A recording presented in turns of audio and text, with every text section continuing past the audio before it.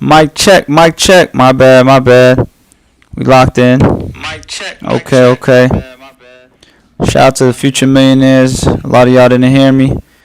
Shout out to Rasa Stocks. Shout out to the guys, the gals. We checking in. The crypto mafia goes down. Head of the crypto mafia goes down, Mr. SBF. A lot of people was wondering. Y'all know I'm on the T this morning. Hold on. 1 second. 1 second. Crypto up. I seen crypto up this morning, my bad. Bitcoin charts. Damn, I'm letting y'all see all my emails. Crypto's up over 3.5% today. Yeah. Listen, I was saying that I did think that this 15 was the bottom. Hopefully y'all can see that. I thought the 15 was the bottom. And I think that this is big.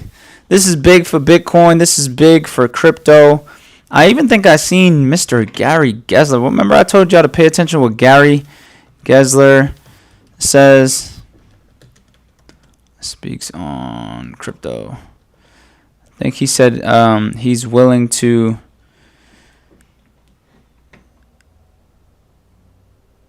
okay. Hold on.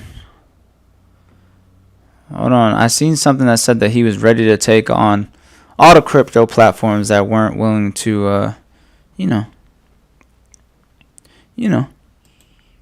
get down or get laid down. Mr. Gary. But listen, right now let's focus on SBF. Boy, look at this boy, man. Hold on.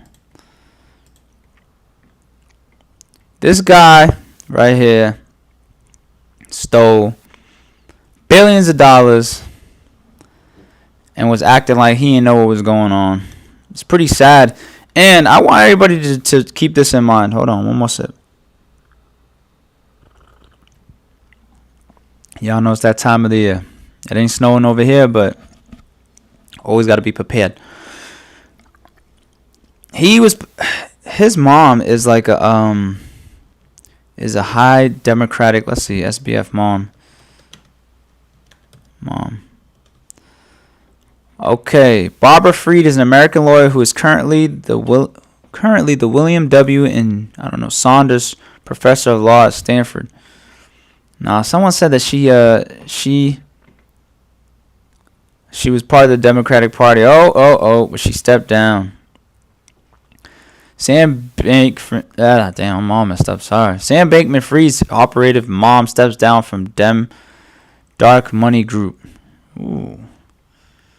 Following the crypto collapse of FTX amid allegations that co-founder SBF loaned billions of client funds to a trading house he founded, his mother, Stanford Law Professor Barbara Fried, has stepped down from her role as Democratic-aligned dark money group Mind the Gap, according to a report.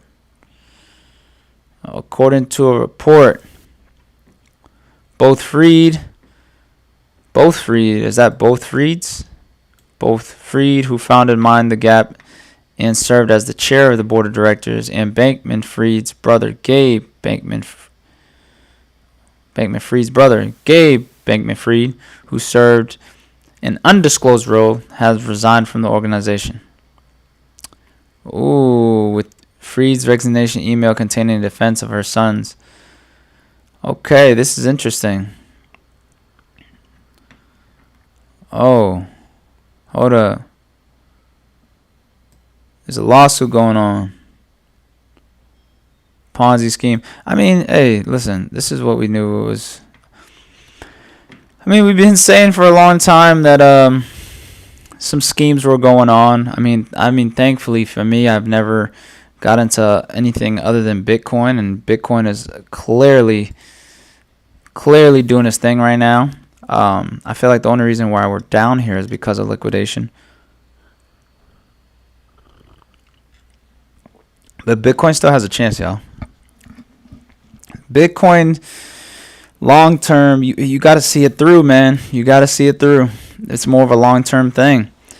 And the more Gary, Mr. Gary over here. I like how they painted him here. The more Gary chomps down on Bitcoin, the better. Well, crypto itself, right? Remember, because there's crypto and then there's Bitcoin. It's two completely different things, right? Same technology. Two completely different things. We've spoken on that already. So yeah, this guy, man, he's been arrested. He was supposed to testify. Let's see, SBF, I think in New York.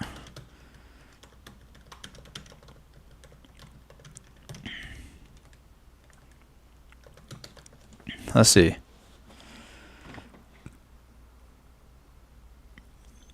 He was going to testify in front of Congress.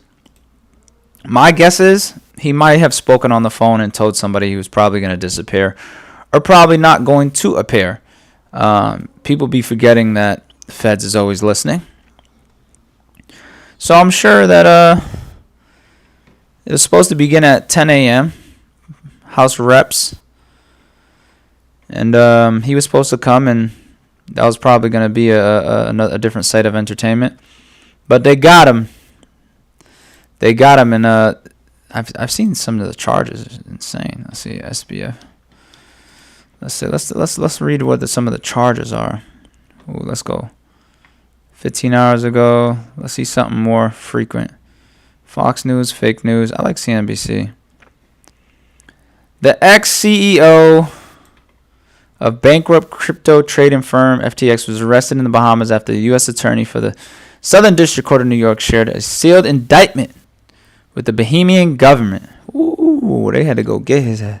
Let's go look at his SBF Bahamas penthouse. Y'all know he was in a penthouse in Bahamas, right? Extravagant lifestyle. $30 million penthouse.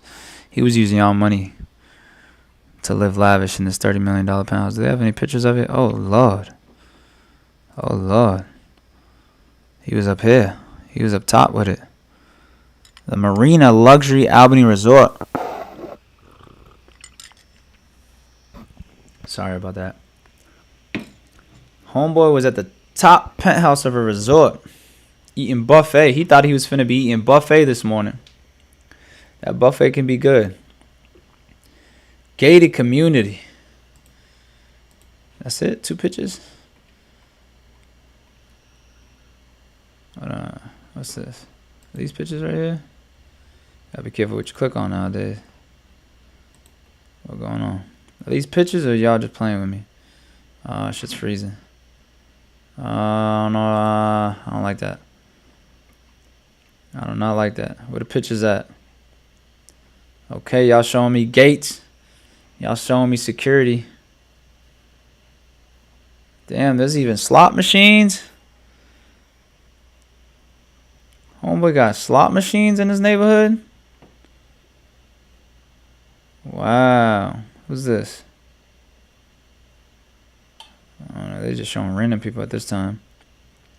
Homeboy was living off the marina, sipping pina coladas. Sipping pina. Holy moly. This is the top floor, y'all. He was up here sipping pina coladas. Marble floors. Piano. He doesn't even play the piano. Hella views, sipping pina coladas, taking mad drugs. Y'all do know they were taking mad drugs up there. Having orgies. You know he hit over this balcony right here. You know for sure. He was off of some type of amphetamines or something. I don't know. I don't do drugs like that, so I don't know. But Lord, look at this house. Look at this penthouse. That's a different floor. That got to be a different floor. I'm looking at the arcs. It's probably like a double floor penthouse. He would keep the lights on like this at night. So now someone says $74 million. Who knows? I don't know the prices. 74, is it 30? Either way, it wasn't his money. So this boy was living strong. So They pulled up with the indictment yesterday right before he was supposed to testify in front of Congress, which, probably wasn't going to... if he wasn't in town yesterday, I mean, how would he even be able to fly in so quickly? He shouldn't have money. His company went bankrupt. He shouldn't have no money for private jets. He was finna possibly fly a private jet in the morning of. Come on. The morning of? Come on. He had to talk at 10 a.m. He had no plans to show up. That's probably why they had to go get him. All right. His arrest is the first concrete move by regulators to hold individuals accountable for this multi-billion-dollar FTX scheme that went on. He's expected to be extradited. I hope he doesn't off himself. We got to see how this plays out. I hope he gets justice. Hasn't fully been served. Yeah, I hope everybody understands that. His mother's very well known, so let's see how this all plays out. I mean, the guy was a weirdo, man. I don't know if y'all ever heard him speak, but just Google him on YouTube or something. I want to know what's up with the girlfriend. She's disappeared. Supposedly she was seen in New York, supposedly. Okay. Before his arrest was announced, he had been expected to testify. Oh, virtually. He wasn't. Wow. They weren't even going to make him fly in. He was going to be sipping pina coladas on the 10th floor of the penthouse suite. Sorry, y'all. That's the tea going. He's going to be sitting on the top floor of the penthouse, jacuzzi style, from the shoulders up view, sitting in the jacuzzi, while playing League of Legends on the side with a movable TV like how we used to have in high school before the flat screens came out. Y'all remember when they used to put the TVs on they used to put TVs on the bookshelf and they used to strap over it? That's how he was finna be calling in this morning, virtually. Why would they only make... That's nuts, man. That already goes to show you how much leeway they're giving him. But his attorney told CNBC that he will not appear. Oh, so he was planning on not to appear. She was surprised at his arrest and disappointed that Congress would not be able to hear from him on Tuesday. You're surprised of the arrest. A man that stole billions of dollars from people. It's insane. It's insane the leeway that some I mean, I don't hate to say it, but I hate to say it. These I'm gonna call it white collar crimes. It's just insane to see someone that stole $1 billion from investors. You're surprised at his arrest. Insane. Let a drug dealer sell I don't even want a gram of something and people be like, oh, he should be in jail. Jesus. Someone steals multi-billions of dollars from people and you are surprised. It's nuts. Okay, Damian Williams, the U.S. attorney, said the federal government anticipated to move into the unsealed indictment in the morning.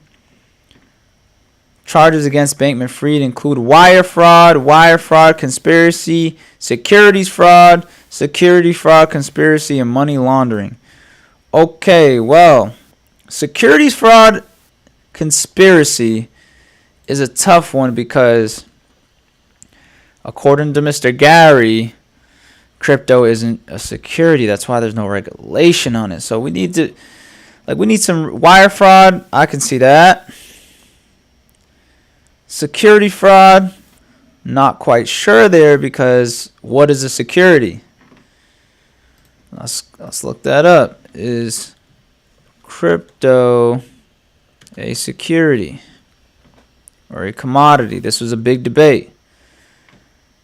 Bitcoin is a commodity. Gessler points out things like initial coin offerings bear more than a passing resemblance to securities since they are attempts to raise capital for a business or project. So that's the debate right now. The whole, and we may get regulation after this. This might be what crypto needed. I say crypto lightly because y'all know I'm only talking about BTC. I don't really mention those other ones, but ETH is I.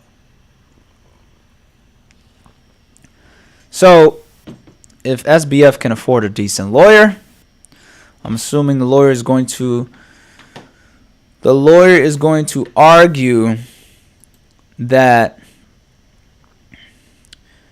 like, look at this damn house, man. Look at this house. Look at him. Standing there. This is how he was finna appear. No socks on. Oh, where's the... See, why this thing was messing around? Let me see if this is a different page. He was finna appear in court with no socks on.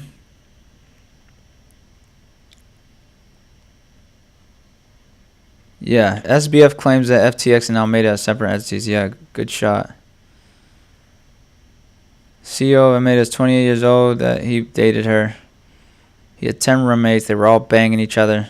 All right, sorry, I'm getting off topic. Okay. So, yes, like I said, justice isn't served because there's still an argument on what crypto is. Is crypto a security? Is it a commodity? What is it? Is Ethereum a security or a commodity? Let's see. Bitcoin and Ethereum are commodities, not securities. So, see that it's man, this is gonna get so sticky, man. Why can't nothing just be black and white? They make it so sticky. So the argument here is going to be wire fraud conspiracy. Cool. Conspiracy for wire fraud. You don't have to completely put all the evidence together to show he did wire fraud. It's a conspiracy. Security fraud, that can be thrown out. That can be challenged. Security fraud conspiracy potentially could be challenged depending on how things are worded. And money laundering. Ooh, I wonder who he was money laundering for. Let's look up the true definition of money laundering, even though I know what it is. I know the street definition of money laundering. Let's see the white-collar definition of money laundering. Oh, look at that. All right, money laundering is a process of concealing the origins of money obtained from illicit activities such as drug trafficking, corruption, embezzlement, or gambling by converting it into a legitimate source. It is a crime. Okay, so pretty much I'm assuming they're saying that, bro, you raised this money because obviously, I don't know if y'all knew, but you couldn't directly put funds into FTX. You had to put funds into Alameda, and then they would credit you on FTX. This is how crazy this is. Alameda, the CEO. This is his girlfriend, man. Caroline Ellison. The fact that they're calling her an American business executive. Man, she ain't no damn executive. Okay. Oh, man, she already lawyered up. She picked the prosecutor for Madoff. She lawyered up. Look at this face, man. Stephanie Avakian. I wish we had their number.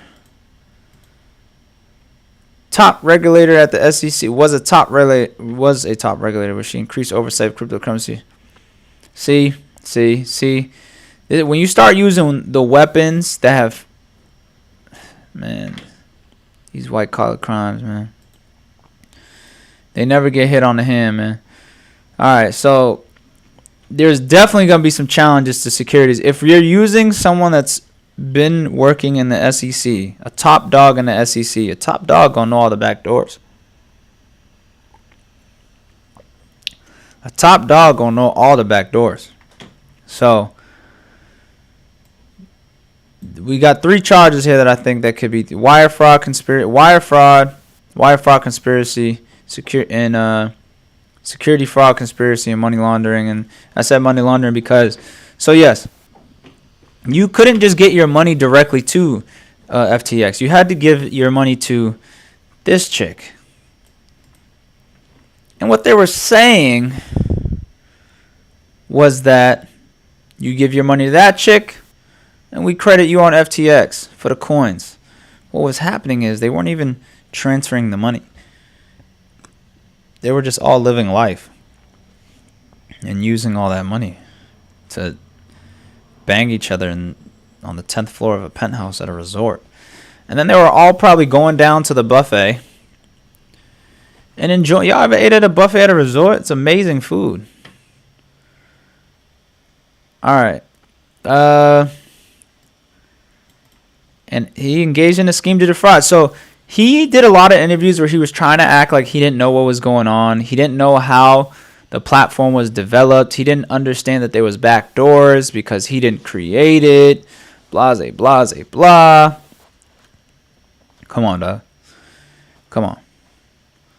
Bankman-Fried raised more than $1.8 billion from investors, and that, unbeknownst to those investors, SBF was orchestrating a massive years-long fraud, diverting billions of dollars of the trading platform's customers' funds to his own personal benefits and to help grow his crypto empire. He probably has a bunch of that money stored on keys somewhere. He's going to take his whatever, how many years, I mean, the little slap on the wrist that they give him, because mom's going to help him out.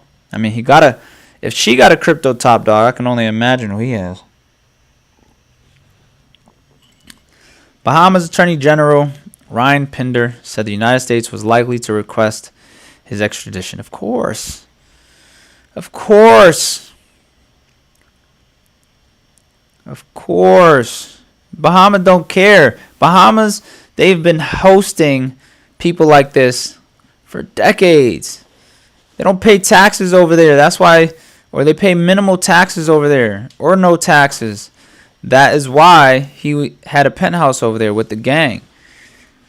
Virtually appearing everywhere. Okay. The Bahamas and the U.S. have shared interest in holding accountable all individuals associated with FTX who may have betrayed the public trust and broken the law. I'm sure the Bahamas don't give a damn, but, they're finna play the game because they don't want to. It's about tourists. That's why you don't. Listen. It's about tourists. They're finna play along. The U.S. is very strong. Okay, while U.S. is pursuing criminal charges against SBF individually, the Bahamas will continue its own regulatory and criminal investigations into the collapse of FTX with continued cooperation of its law enforcement. Yeah, we'll never hear from the Bahamas regulators ever again.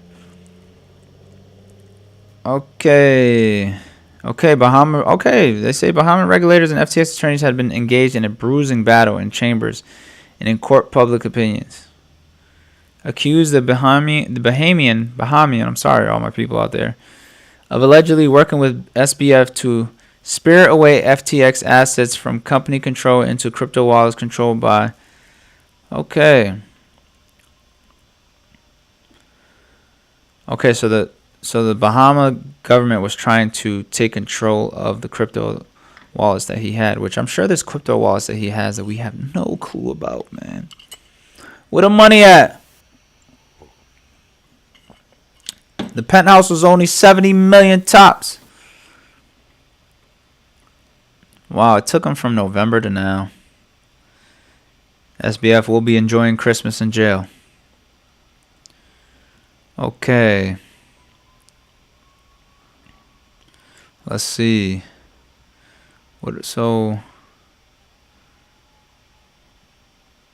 Ray is scheduled to testify before Congress this week. I mean, it's just crazy how people are just allowed to step down and step away. She lawyered up, though. Carolyn Ellison done lawyered up. Has retained a formal top cryptocurrency regulator for the U.S. Securities and Exchange Commission as federal investigation into the downfall continues. I just don't understand. I mean, I get it. Lawyers got to make money. Let's see what the comments saying. Sounds expensive. Using a Ponzi scheme money to hire former regulator arguing you never were part of a Ponzi scheme. See, then you got people like this. It wasn't a Ponzi scheme. You're an idiot. Oh, okay. Sorry. You got to continue reading sometimes. This is old-fashioned fraud. They gambled with investor money and lost it, and that's where the money laundering is coming from. They were gambling. I mean, they were down at the casino. You were depositing money. You were depositing money into Almeida's accounts. They were all waking up after a couple rounds of you know what.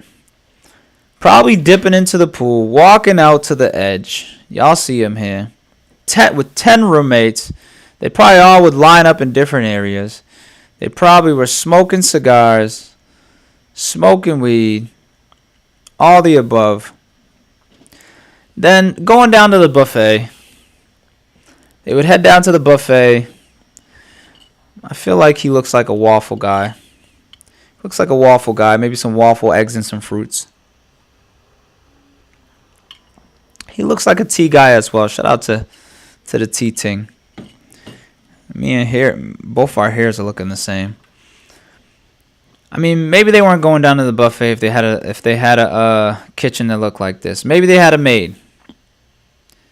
But maybe they didn't want the maid to see what was going on, so maybe there's no way they were cooking. They were probably using the microwave more than the oven. Walking downstairs to the buffet. Oh, shoot. I didn't mean to do that. They were walking downstairs to the buffet after spending the night looking at this and then spending your money. Then gambling your money to try to make more. Look at, oh, man. Oh, this is the FTX co-founder. Where's he at? And they were vegan.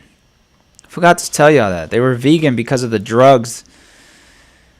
Due to the drugs that they were taking, it would have made it unhealthy for them to consume meat. Y'all hear that? So they definitely a waffle. He was definitely waffle and fruit type of guy. I knew it. This is some insight. What insight are y'all giving? Okay, this is the life they were like scared to see it. I'm scared to see the pictures. Sleeping on a beanbag in a $70 million home. Like, that just goes to show you they didn't even care. Like, what the hell is this? I don't want to look at rugs. Alright, we're back. We're back. The 30-year-old says he sleeps 4 hours. I mean, I'm almost there. I see between 4 and 6. He drove a Toyota Corolla. Probably wore the same clothes for 5 days straight.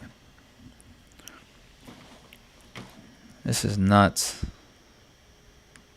He likes loungewear and trainers. Harry Potter fanatic. Oh no, that was the girlfriend.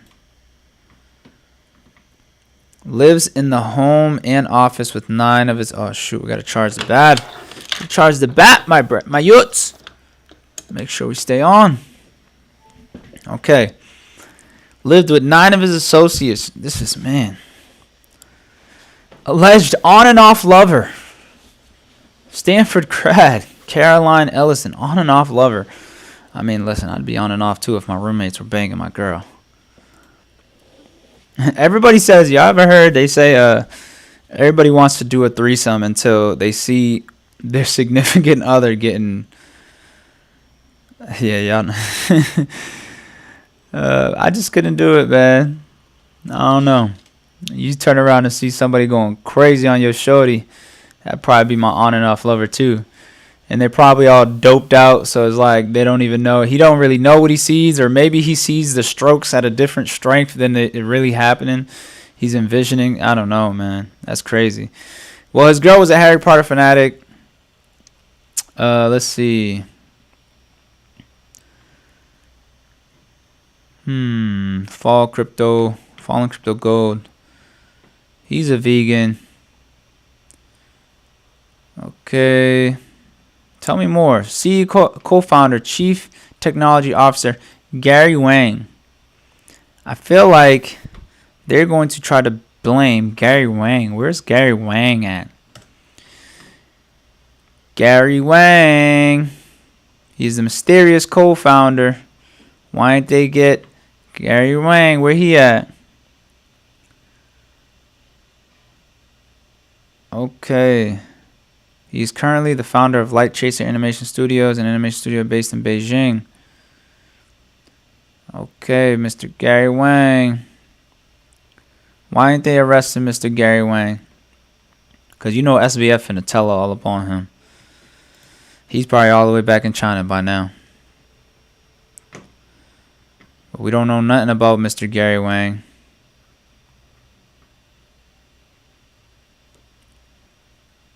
Let's see. See, Gary Wang was different than SBF. He wasn't in front of the camera. Little public information about him. That means this isn't his go-around. He met SBF at a math camp in high school. Later, they became college roommates at MIT. Holy. This dude's smart. Wang worked at Google. Oh, man. These dudes are plugged in. No wonder why they were able to get away like that. Their rap sheet screamed they were legit. MIT, where Mr. Gary Gensler taught cryptocurrency. The developer worked at Google. The son of a Democratic Party. I don't even know what to call her. Okay. Okay, the startup has its beginnings in a 3-bedroom Berkeley apartment. So Berkeley, if y'all don't know, I'm assuming that's somewhere in Massachusetts near Boston. The downstairs served as its office. The firm shifted to Hong Kong in part to take advantage of arbitrage opportunities in Asia Bitcoin markets, including the price discrepancy between BTC in Japan and BTC everywhere else. It's there that Wang and SBF funneled funds from Alameda to build its bespoke derivatives exchange. SBF told Insider that he is not a good coder. I don't code. So this is when he was trying to defer. I've not written any of FTX's code base. That is a lot. That's all of a lot of other really impressive people at FTX. That's not me at all. So he's saying because he didn't code. But I need y'all to understand how coding works, right? Coders are not creative in the sense of... Not all... I'm not going to say not coders. Not all... A good amount of coders are not creative. They can code and they can build. They know numbers. They know how to build with code. So what they usually need is someone to say, hey, I would love to do this, this, and this. Can you build that? And the coders would be like, hell yeah. And they go and they build it. Boom, and they send it back to you and you check it. So he's trying to act like he has no clue what was going on. But that's just not how coding works. Everybody knows coders just know how to code. They usually are not on both sides of the spectrum. They don't have the creative mind, but they can build something if you tell them how. Sorry, not if you tell them how. You tell them what. They can do it. Okay, so he's been trying to lay it down on other people in the group. So let's see. Nishad Singh, the head of engineering at FTX, said Wang was a really good mentor who offered suggestions and advice to push things out on short time scales. Wow. $400 million hack questions are circulating around who could possibly have abused client funds. Wang is a prominent suspect as one of the few people with root access to the exchange's code base. I mean, he's also one of the board members of FTX Future Fund, the charity guided by effective altruism. Wang, one of 10 roommates in Bankman-Fried's luxury penthouse in the Bahamas, is reportedly among the 4 people cited by Caroline Ellison who knew about the decision to send customer funds to Alameda. Damn, they all snitching on each other. This is going to get interesting. I don't know what's going to be more interesting. This or Tory versus Meg. Let's continue. A few Wang photos are circulating on the internet, though little else is known about the mysterious co-founder who prefers to stay in shadows as SBF chased the limelight. And that'd be the real downfall of a lot of y'all, man. Chasing the damn limelight. You got all the money in the damn world. You in another country. You in a top penthouse. Banging your girl off the drugs. Jacuzzi hanging off the freaking rooftop. Insane. At the age of 28, Wang topped Forbes' 2022 list of world's billionaires under 30 under 30, with a net worth of $5.9 billion in April. Wow. So this dude got money already, so he's gonna be able to defend himself, man. That's the thing. You got money, you can defend yourself. This guy definitely looked like he done stole some stuff. Or maybe he didn't know. Maybe SBF was finessing him. But they were friends, man. That's crazy. They knew each other since they were kids. Insane. Insane. Imagine throwing your friend under the bus that you grew up with and made billions of dollars with. Nuts. Where we at with it? SBF, the apartment. Where's the list of other members? Okay, Nishad Singh. We got to see all these people. Make sure nobody gets put under the rug. Man, these dudes. This guy got people from all different cultures. Goddamn. Let's get an Indian guy. Let's get a Chinese man. We got Americans. Let's get some ugly ones. Let's get some good-looking ones. Director of Engineering since April 2019. Before this, he was Director of Engineering at Mafia Research. So pretty much, he was same position. How do you take the same position in another company when both companies ain't doing anything? Okay. Okay, here are 5 things to know about this guy. He got a LinkedIn profile. Of course, you got to get his LinkedIn points in when gang is stealing billions from people. Okay, 5-month tenure with Facebook, where he worked as a software engineer. He also interned with the social media giant in 2016. Interned with Facebook in 2016. Did 5 months at Facebook as a software engineer, and somehow ended up as director of engineering of Alameda Research in 1819, I'm assuming. Okay, graduated in 2007 with a bachelor's degree in science from the University of California, Berkeley. So as soon as he graduated, I'm assuming the first year he took a job, he took an internship, and then worked at Facebook for a little bit. He was a housemate. Let's see. Yep, they all controlled the code. They all controlled the code. Yeah, man. The vegan lifestyles. Nuts.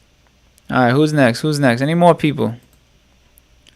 Film buffs will recognize the coastline surroundings. I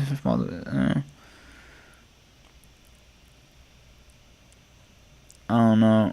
I think they're talking about a movie here, but it has nothing to do. Yeah, they start bringing up Elon Musk, Jeff Bezos. Like, what the hell?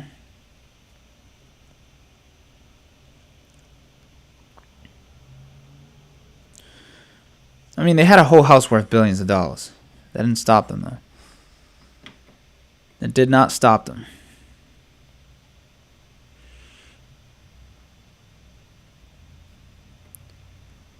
Casual attire. Whoa, we presented $5.2 million for Sleepy Joe's campaign in 2020. Damn, Sleepy. Damn, that's how you doing your people? Damn, Sleepy. We gotta charge it up, y'all. A little hot. A little hot, y'all. A little hot. Wow. This is nuts. This is nuts, y'all.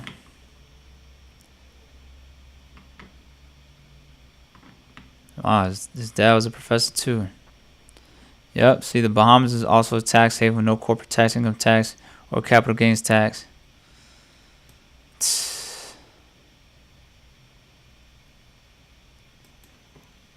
Wow. Wow, the Gang of 10 said they have split into 5 couples who are either in a relationship or previously romantically linked. I don't know. I've seen 3 dudes and I only see 1 woman so far. Only seen 1 woman so far. So where are the other chicks?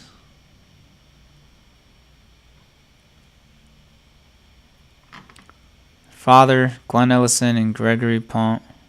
Huh? She got 2 fathers? Y'all losing me. She comes from an academic family. Her father is Glenn Ellison. Gregory K. Palm. Is that one name? I'm confused.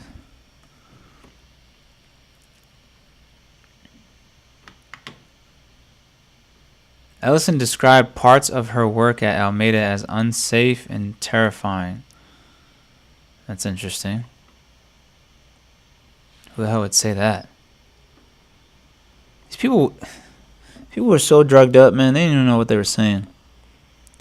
I swear people don't want to. I feel like people want to get caught nowadays. It's nuts. Or maybe they got so much money hidden that they wanted to get caught. They should send her to freaking Russia. Can we make a trade? Putin! Call him Putin. To make a trade for Miss Ellison. Y'all could take her. Wow. I mean, I don't know what else to say other than I hope justice is served. I really do. Because this is just crazy, man. Some live updates. I don't even like the New York Times. They're going to tell me to subscribe or something like that. 13 minutes ago. Hold up. They're still doing stuff at the house? Okay. Let's see. Unsealed criminal indictment. 8 counts, including... Okay, yeah, 8 counts.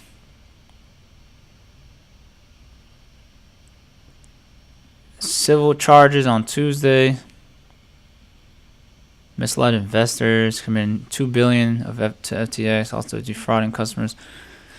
Okay. He knew it was coming. I'm sure they called him.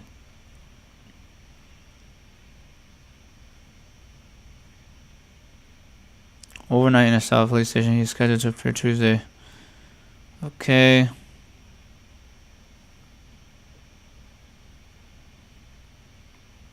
Oh, we don't need it to take weeks. Put him on a private jet, man. Grab one of them Bitcoin wallets y'all find in the penthouse. So the hearing's going ahead without him. Okay.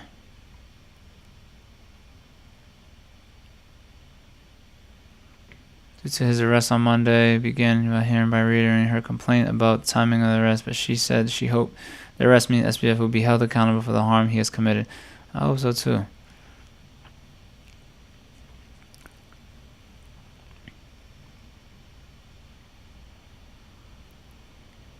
This guy's probably making bank for helping out the company. Like, it's crazy. How you got to pay this guy to take over a bankrupt company? Insane. Insane. Insane. Hey. We finally here, y'all. Where we at with the charts? Bitcoin ran it up today. That's a nice little percentage right there. Some people ran the wave, man. There's people making money out here, and the people say there's no opportunities. Y'all tripping. It's plenty. Plenty. Plenty. Damn, man. They had the whole gang out sleeping on a beanbag. Y'all really believe he was sleeping on a beanbag, man, on a $70 million apartment? You must be. You must be out your mind. I'm surprised he ain't have one of these houses. Smart, you gotta be on the top floor when you know you're doing some fishy stuff. Is this the gang? Oh, they had a black dude on their team? Damn, I didn't know they had a black dude on their team. Don't tell me he's going against his people. Oh, this must be just the developers. I don't know. This stuff's a mess, y'all. I just wanted to come on here and share that with y'all before I start the day. Homeboy's being stopped for money laundering. Ah, shoot. Binance CEO facing possible money laundering charges. Wasn't this guy talking trash about FTX? Wow. This could crash everything, man. This could get serious. If they start charging other CEOs, the money laundering thing is going to get... Alright, so he dismissed the talks as fear, uncertainty, doubt, FUD. I mean, listen, I wouldn't be surprised if all these people were money laundering in the sense that they were gambling with investors' money to make more money, right? To make more money. I need Mr. Gary to... Gary, where's Gary? Gary. Like, look at these people, man. I can't believe y'all was giving them y'all money. Let's see. Let's see if Gary got anything. Gary Gessler on crypto. Gary, let's see. We already know about the accounts. Bitcoin bottom, as everyone knows. Oh. I like how Cointelegraph does all these little characters. So he's going to have to answer for these regulatory failures. He's been slammed. Y'all know people don't like to be slammed by their colleagues for his flawed crypto information gathering efforts, saying that Gessler should appear before Congress to explain the cost of his regulatory failures. Woo-wee. Bring on the regulation if they got him going in front of Congress. Yes. Yes. Oh, hold on. We now know Gessler's crypto information gathering efforts were ineffective. He declined to provide Congress with the information requested in a letter which would have informed Congress of the apparent inconsistencies in Gessler's approach that caused him to miss Terra Luna, Celsius, Voyager, and FTX. I'm so glad I didn't get into none of that, man. I'm so glad. I almost bought an NFT, y'all. I would have been down bad. Boy, would have been down bad with an avatar. Your boy would have been down bad with an avatar. That's nuts. I was even trying to go. I ain't even going to say that. I ain't even finna say that. It can't be. Sometimes it's just certain things you got to keep in your mind. Certain things you know. Okay. So, Gessler was sidestepping several questions inquiring the methods of... Remember I told y'all. I said early in the stream that justice isn't served until they define if crypto is a security or a commodity. And I think we're going to be forced based on where this goes. If they get him for security, for security fraud, security wire fraud, or whatever those charges are. I would assume that going forward there will be some type of regulation put in that will make certain cryptos, if not all crypto, securities. Because how can you charge someone as a security if you're saying it's a commodity? Can't play both sides of the fence here. They're going to have to choose where crypto lies after this situation. And I hope that this is the last. I hope this is the last of it, really, because we would be kind of back in a 2000 situation with the internet. So, damn, he's getting all types of charges, man. But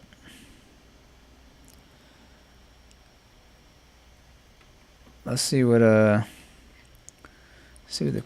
Twitter community talking about. Let's see if he's tweeted recently. SBF. He got to be trending.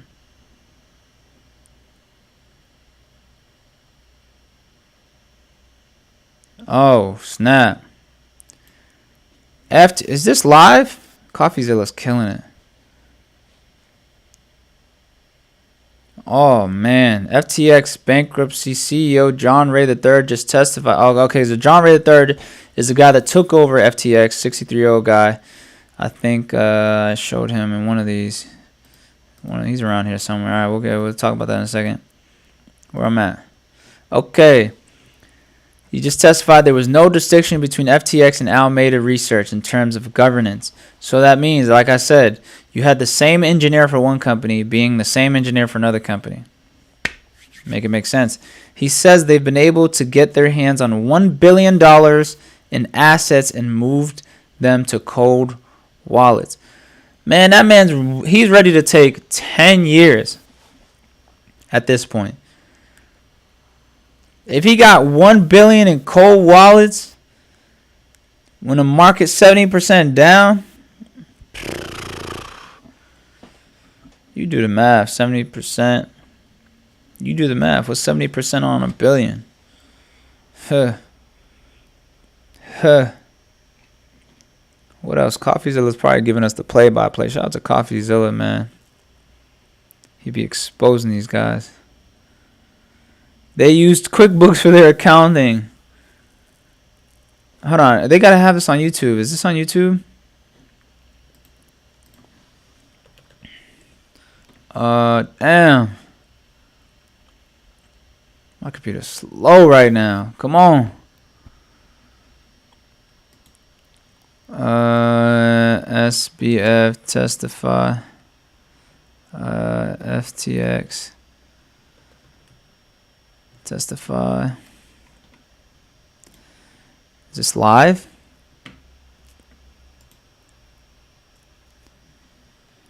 I don't know if y'all gonna be able to hear this, but selling out is one of the best things that what the hell is this? I want to hear your voice. I hear your head sometimes. Let's listen in for a little bit. Hold on. Different business quote activities of FTX.com? Much of this I've described. Essentially, they had two exchanges, allowed users to trade crypto, and then there was the hedge fund. It's as simple as that. The users, were allowed to make a variety of investments. They had a more expansive ability to trade crypto if you were a non-U.S. citizen on the .com exchange. But don't forget, Tom Brady was included. I know it's been described Steph Curry was publicly as included. very complex. Kevin O'Reilly and was it is included. to some extent. But essentially, you had two exchanges and you had a hedge fund. Inside both the U.S. silo, as I've mentioned, and inside the silos for .com, there were regulated entities. We have regulated entities that are, for example, in Japan that are solvent. We had regulated entity LedgerX that was solvent. Those are sort of distinct from the other basic operations that we had, which was the two exchanges. Hunger on the back is sleeping. I thank you, Mr. Hunger on Ray. the back, And Madam let's Chairwoman, get this I'd like to over submit with. an op-ed for the record describing an existing falling asleep. SEC She looked like she rule hasn't that eaten could have breakfast. She looked like she prevented had customer coffee. assets from being misused. Yo, And I appreciate my she looked like she constituent, had Ron a coffee this Krzyzewski, morning and it's President wearing of off. CEO of Stifel Nicholas, for his thoughtful comments. I associate myself with those, and I'd like this entered for the record. I thank you, and I yield back. Thank you very much. I'd be in there falling The asleep. gentleman from California, Mr. Sherman, who is also the chair of the Subcommittee on Investor Protection, Entrepreneurship, and Capital Markets, is now recognized for 5 minutes. He was gonna walk in here with no tux, no For nothing. 5 years, Like a I've been t-shirt trying and to some shorts ban and some sandals. American investments in crypto. They said, "Yo, we ain't gonna have." I'm the only member of the House to get an F from the only crypto promoting organization that rates members of Congress. My fear is that we'll view Sam Bankman-Fried as just one big snake in a crypto Garden of Eden. Woo, The fact is, woo, crypto is a garden of snakes. woo. Hey, Now, from remember, the outside, crypto and Bitcoin, two different things. crypto just looks like a non-fungible token. Crypto, An electronic pet Bitcoin, rock for the two different 21st things. We're century. not talking Something about that might Bitcoin. be good to invest in, even though it has no apparent value, because you might get somebody else to buy it from you for even more. But in reality, the hope of crypto is to be a currency, to compete with the US dollar, and to announce its advantage over the US dollar in that competition. It puts the advantage right in the name. Crypto, I ain't gonna lie, hidden y'all. currency. I'd cut this off right here. Well, what is there a big market If for I ever that? get Is to there a this big point, y'all see me doing this advantage right here? that crypto has over the US Bring dollar the if it clippers, actually man. became a Bring the currency, clippers. which it's not yet? Shave all this off. Well, on there are the drug side. dealers, human traffickers, sanctions evaders who will find that to be a look good like he feature. Going through it right And here. as Sam Bankman-Fried would tell Yo. you, there's a hell of a market for bankruptcy court evasion. But the big market forget that is they're on tax evasion. And I know there are some on the other side who cheer every time a billionaire escapes taxes. The other announced purpose of crypto is to compete with the US dollar as a world reserve currency, thereby enriching the corporate billionaire bros and taking thousands of dollars of advantage away from every American Billionaire family, bros. because we benefit from being a reserve currency. Now, Sam Bankman-Fried, or should I say inmate I'm 14372, crying. um, Inmate 43. had one purpose in all of his efforts here in Congress. Was well-known figure. Only one wearing shorts. His one purpose was to keep the SEC out of crypto, to provide a They knew he was gonna walk in there wearing shorts today. CFTC. And I'll have one comment from my colleagues. Don't trash Sam Bankman-Fried and then pass his bill. Ooh. I fear that could happen because Sam was not the only crypto bro with PACs and lobbyists, and there is no PAC or lobbyist here to work for efficient tax enforcement There's a whole, or sanctions.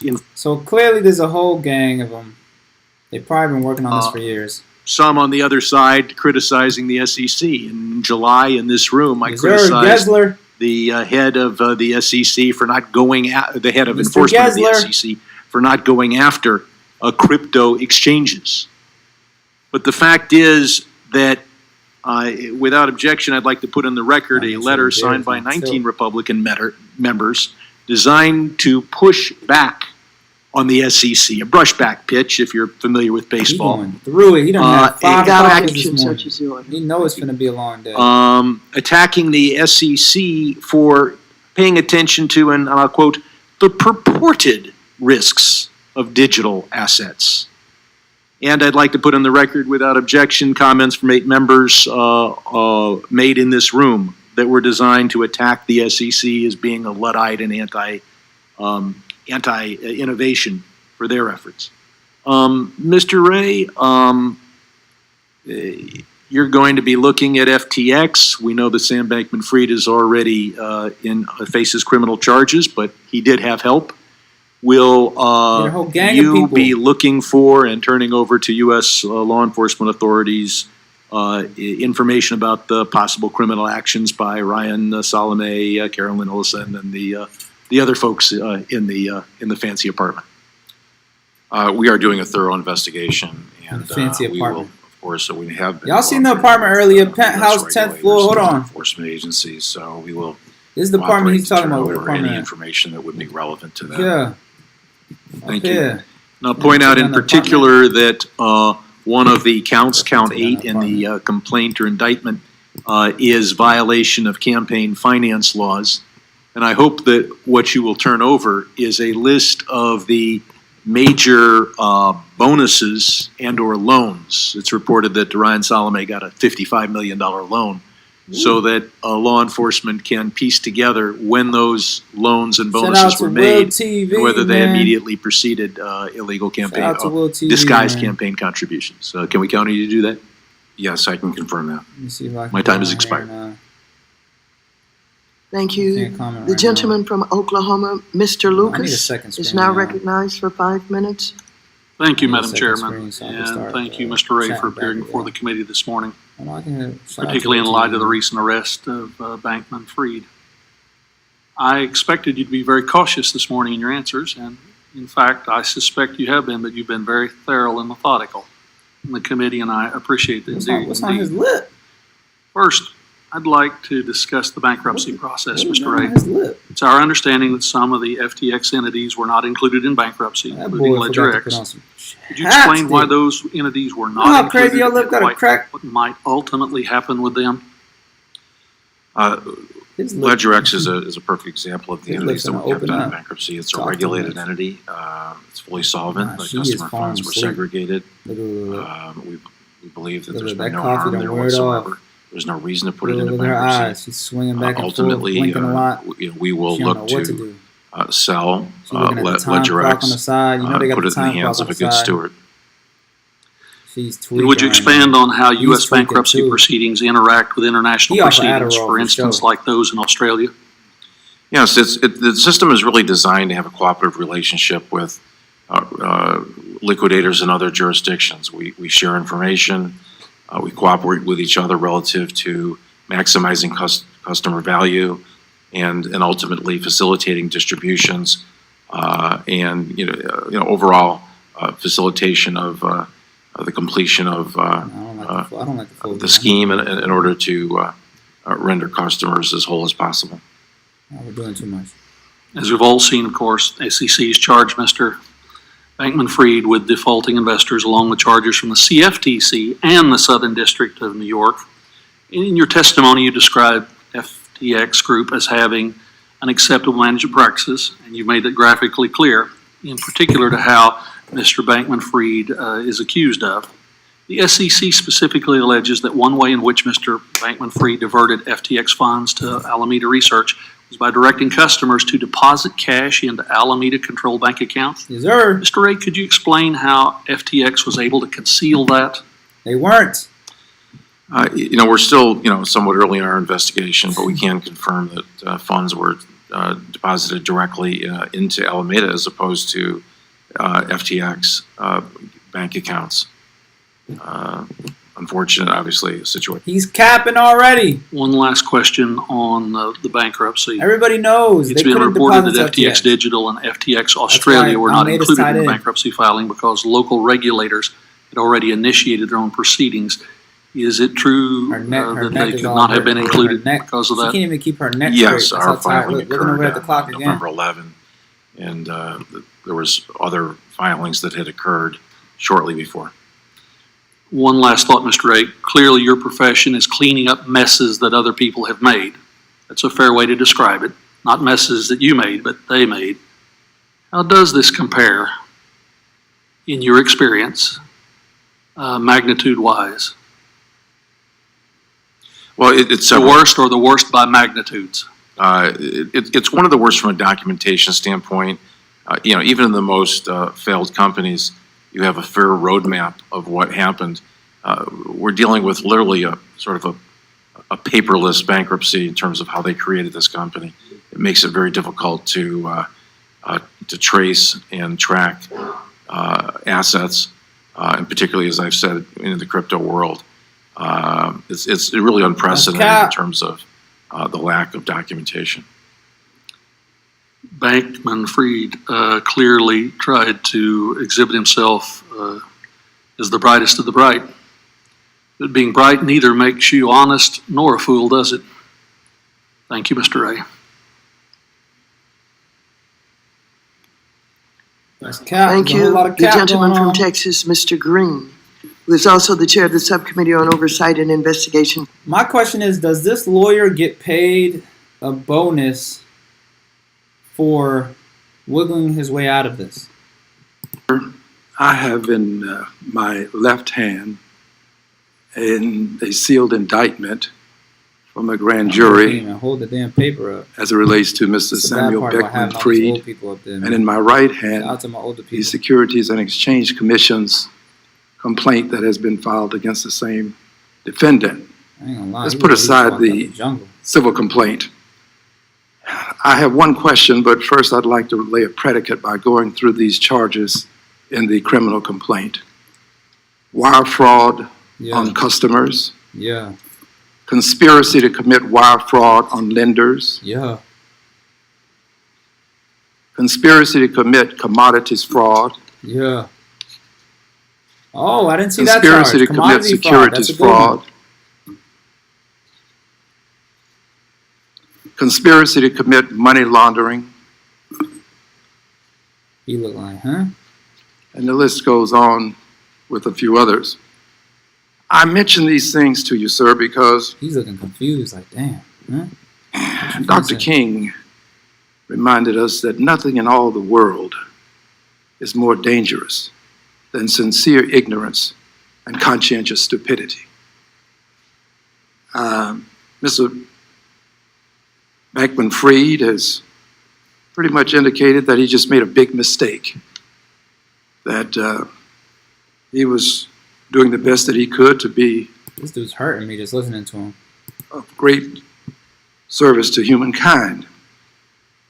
But I would also mention this, he did She attend is tweaking off Canada the USA caffeine. Math Camp, a summer program for mathematically talented high school students. Shout out Roster Stocks, man. He also has a degree from MIT, 2014, bachelor's degree in physics with a minor in mathematics.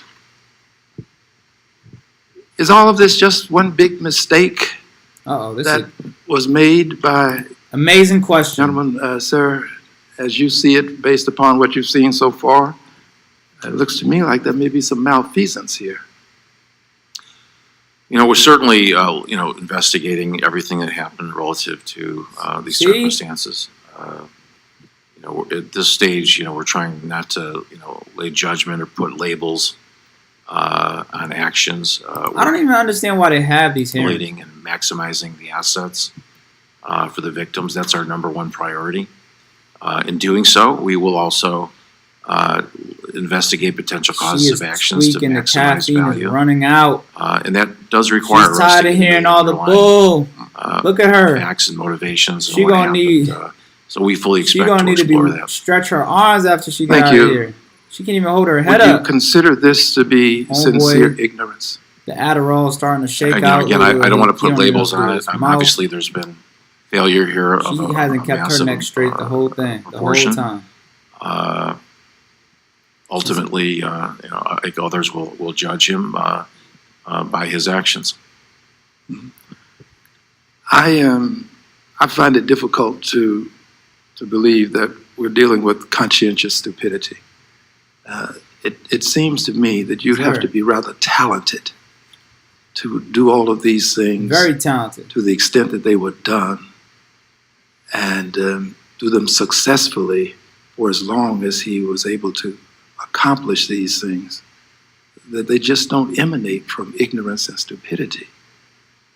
And a lot of people have been hurt. And aside from the civil actions, I think that we have to send a message Yes, sir. to the others who would take advantage of people that this is not going to be tolerated. Yes, sir. And I thank you for what you've done. You've been very direct. I read your testimony. And based upon your testimony, it just seems to me that we have more than sincere ignorance and conscientious stupidity. I yield back the balance of my time. Thank you. The gentleman from Texas, Yes, Mr. sir. Sessions. Madam Chairman, thank you very much. Mr. Ray, thank you very much They will be making an example out of him. for your professionalism and adding this to your career of other restructuring that you have not only experience in, but bringing to bear. I've got several questions, and perhaps you can answer them, which would help me. Pay attention to the different questions between the Republicans and the Democrats. Investor exposure by an American investor. What Don't forget his mom was a Democrat. was that was held in FTX? I'm not in a position really to give you individual numbers at this point. We do know with the U.S. There's hundreds of millions of dollars that were at stake. And of course, Billions. .com, which is the international exchange, that's in the billions of dollars. There's one of the difficulties we have is that there's millions of accounts. Some of those accounts, could be by multiple users. So we're in the process of really analyzing how those accounts roll up to individual customers. Are you aware of the SEC at any point asking questions, coming to visit, providing paperwork about these hundreds of millions or billions of dollars that it drew some attention from the SEC about this American investment, or what I would say exposure? I'm not, but you have to recognize that I, parachuted in on November 11th, so I have no history with the company whatsoever. So you do not know about any questions, interaction? Have you heard about whether there was an attempt to avoid any of this? Was any of it ever discussed by any of the people that you have gained information from? I'm not privy to anything on a pre-petition basis. Thank you. Do you have an idea about the value of assets that was lent to FTX, by FTX or Alameda to Mr. Bankman-Fried, the amount of money that they loaned him? Well, we know that the size of the loss, measured essentially, at this period of time is several $billion, but you have to remember that asset values, fluctuate. So how much the assets are worth at the time that they may have been transferred to FTX.com may be a different number than the loss as of any particular date. We do, of course, know that we have several $1 billion of losses, and we know that there was billions of dollars lent out, billions of dollars of other investments. Billions. So that we essentially have a roadmap to figure that out. The roadmap that you're speaking about, in your past, I don't claim you necessarily know it now, were IRS forms that were filled out by the company, were they properly filled out? Have you looked at those to see that they were complying with the IRS law? We are looking into that very thing. We've hired Ernst & Young. They are taking a comprehensive review. They're going backwards and starting with the earlier years. We're reviewing the return that was filed in 2020, 2021. And of course, they're looking at all the transactions within 2022. So that review is ongoing, and we certainly will look at that in detail. As an expert, I would consider you an expert in this arena. Would you think that it would be important that the SEC, and I don't know the law, but would have access to, as part of their any due diligence they were doing, to look at that IRS filing to determine perhaps whether someone was or was not following the law? Would that be part of a due diligence? No. Well, we certainly would make anything like that available to any of the regulatory agencies, whether it's the SEC or the IRS. And we'll fully cooperative to them. There's no rules. Anything that would right aid now. in their investigation would be available to them. Do you think it would be pertinent for this committee to be able to receive that IRS information going back so that we would make a determination about whether proper utilization of oversight was being done? We certainly, we want to be cooperative with the committee as well, and we can certainly work with staff to address what you might need. Thank you very much. Thank you, Chairwoman. Thank you. The gentleman from Missouri, Mr. Cleaver, who is also the chair of the Subcommittee on Housing, Community Development, and Insurance, is now recognized for 5 minutes. Thank you, Madam Chair. Mr. Ray, thank you so kindly for being here today. Here we go. Have you read the Go ahead, brother. full testimony that was planned by our missing guest? I have not read his full testimony. Some pieces of it have been relayed to me, but I've not read it. I've not read one word of it, actually. Yeah, I don't know him personally and probably don't want to, but his testimony is so disrespectful. I mean, there's not a person up here who would like to show this to their children in line 2 of this missive. He says, and I quote, "I would like to start out by formally stating under oath." And I can't even say it publicly. The next 2 words, absolutely insulting. This is the Congress of the United States. Say it. And I'd like to submit this, Madam Chair, for the record. Without objection, if you're inserting that into the record. Without objection, such is the order. I want to follow up on what Mr. Sessions, on the discussion Mr. Sessions was having with you on this, the issue. And What did he say? 2 words? F you? You are required, we have one requirement that you are Stuttering. supposed to submit to each customer and the IRS the Form 109B, right? Yes. What else are you required to do? I'd have to defer to the tax folks. They're experts in that field, and They're trying to go after the I'm SEC sure as well. They're they'll trying do a to thorough highlight review of what should have been submitted. what the SEC is checking. No, I'm what do you know now that you are supposed to submit other than the 109D to every customer and to the Internal Revenue Service? I don't know personally at this point He's dodging what it. was required to be submitted.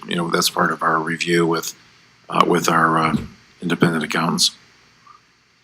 She is tight. Well, could you expand or maybe even update us on the extent of Let's see the if poor Coffee's controls in the knows what was areas said. previously identified in your November 17th declaration?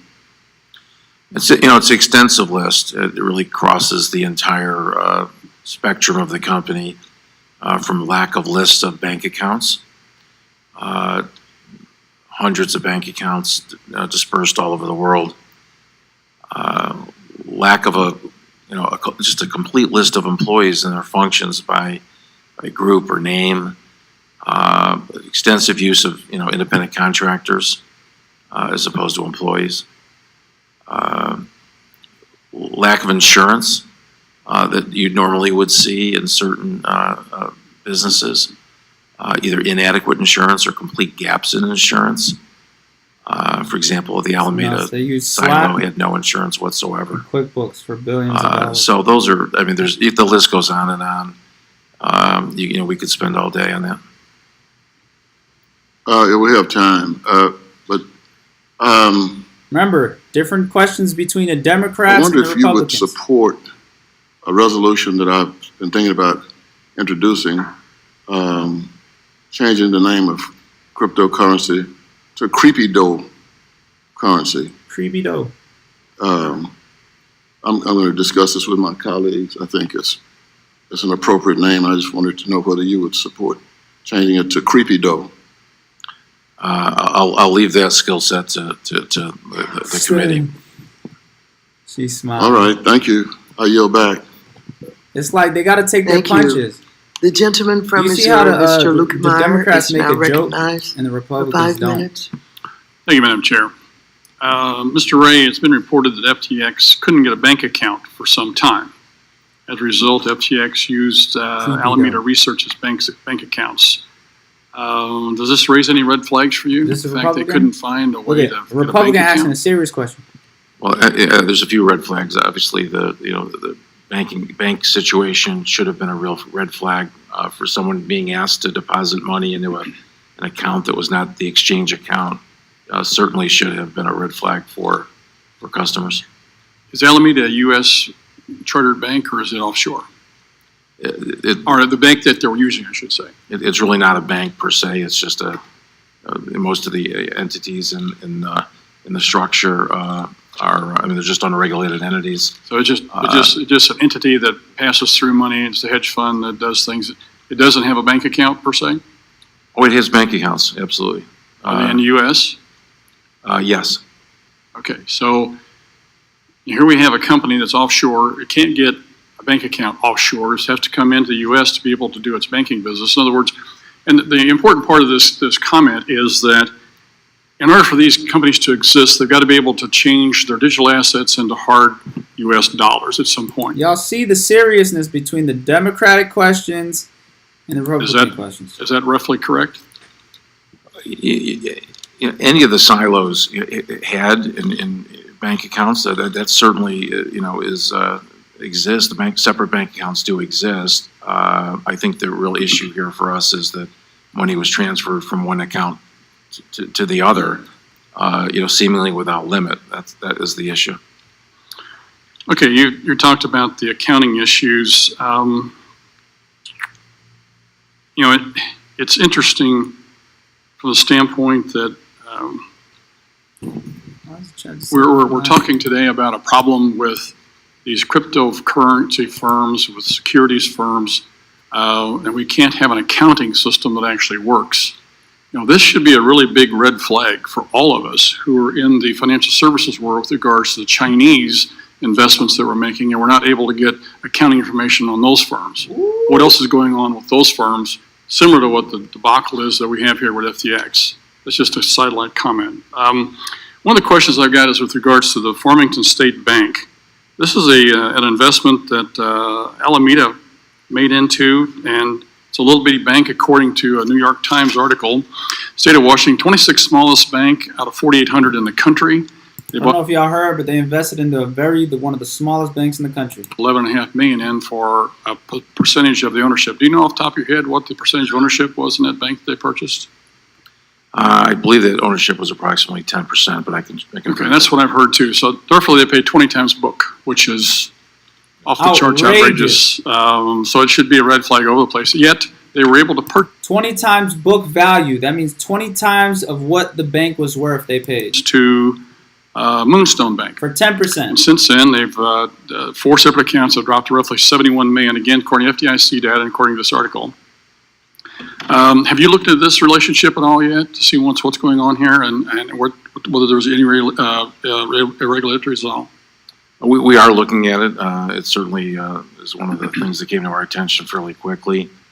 We're looking at what the dollars were that went from the FTX group to that bank, and we're looking at the connections of that bank to the Mamas. Adderall is wearing off. The way this all transacted here, is this common, by the way, that they purchase businesses and dump excessive amounts of money based on what to do? Oh, it the fact they had it, whether it was a good investment or not, and all these different companies? I mean, this looks like a really excessive investment to actually go out and buy a bank to be able to do something with it. Stuff it full of money. So I don't know, is there money laundering going on here? Is there some missing dollars? Is somebody stuffing away something in their back pocket to be able to at some point down the road take off with it? Is that what's going on here? I mean, it begs a lot of questions here when you see this kind of activity. Well, there's a lot more questions than there are answers. Certainly, it's highly irregular, and that's what's gotten our attention. Well, I thank you for your comments this morning, and it's concerning when you see this sort of lack of accounting, and you see somebody dealing in this sort of level of money, and there's lots of different companies where money shifts back and forth, and you wonder, by living offshore in the Bahamas, if there's not some faraway bank account that's being stuffed with money we'll never ever find. I hope you do your job and do it well, Mr. Ray. Thank you for being here. That is definitely what's going on. They definitely done stashed some money. Thank you. Let's see if they bring up a Democrat with some unserious questions. Remember, his mom is very well known in the Democratic community. Protection in financial institutions. You're now recognized for 5 minutes. Thanks, Madam Chair. Mr. Ray, I have so many questions, it's hard to even figure out what questions to ask. Republican So or let's Democrat? just start with some easy ones. How long have you been on this job? 4 weeks. 4 weeks. Do you know when the Madoff bankruptcy was filed? What side is this guy on? Probably circa 2008, I guess. I don't So know say exactly. 2008. And do you know they just made a distribution out of that bankruptcy last week? That's what I understand, yes. So that's, what, 14 years? How Yes. old are you? Is that a permitted question? Because I want you to add 100 to whatever your age is when you finally untangle all of this. And the reason I say that is You gotta be a Republican. we watched this FTX, but a bunch of other crypto companies start thrashing about, say, 9, 10, 12 months ago. And as the house of cards started falling down, the thrashing became more. We had something like that in Colorado back in the 80s when the savings and loans were failing, and everybody was sort of trading their funny money. We called it trading cats for dogs, to hide lousy loans, to not show the failures of Who those is this particular guy? banks. Here, your job, I think, as the bankruptcy trustee or conservator or whatever you are, He said, is "Whatever." to go gather, You know, Republicans always insult you, so you gotta be and Republican. that could be from some very innocent people who got paid money, to then spread it out equally among who you think the real creditors are, or, I mean, is that sort of a fair statement?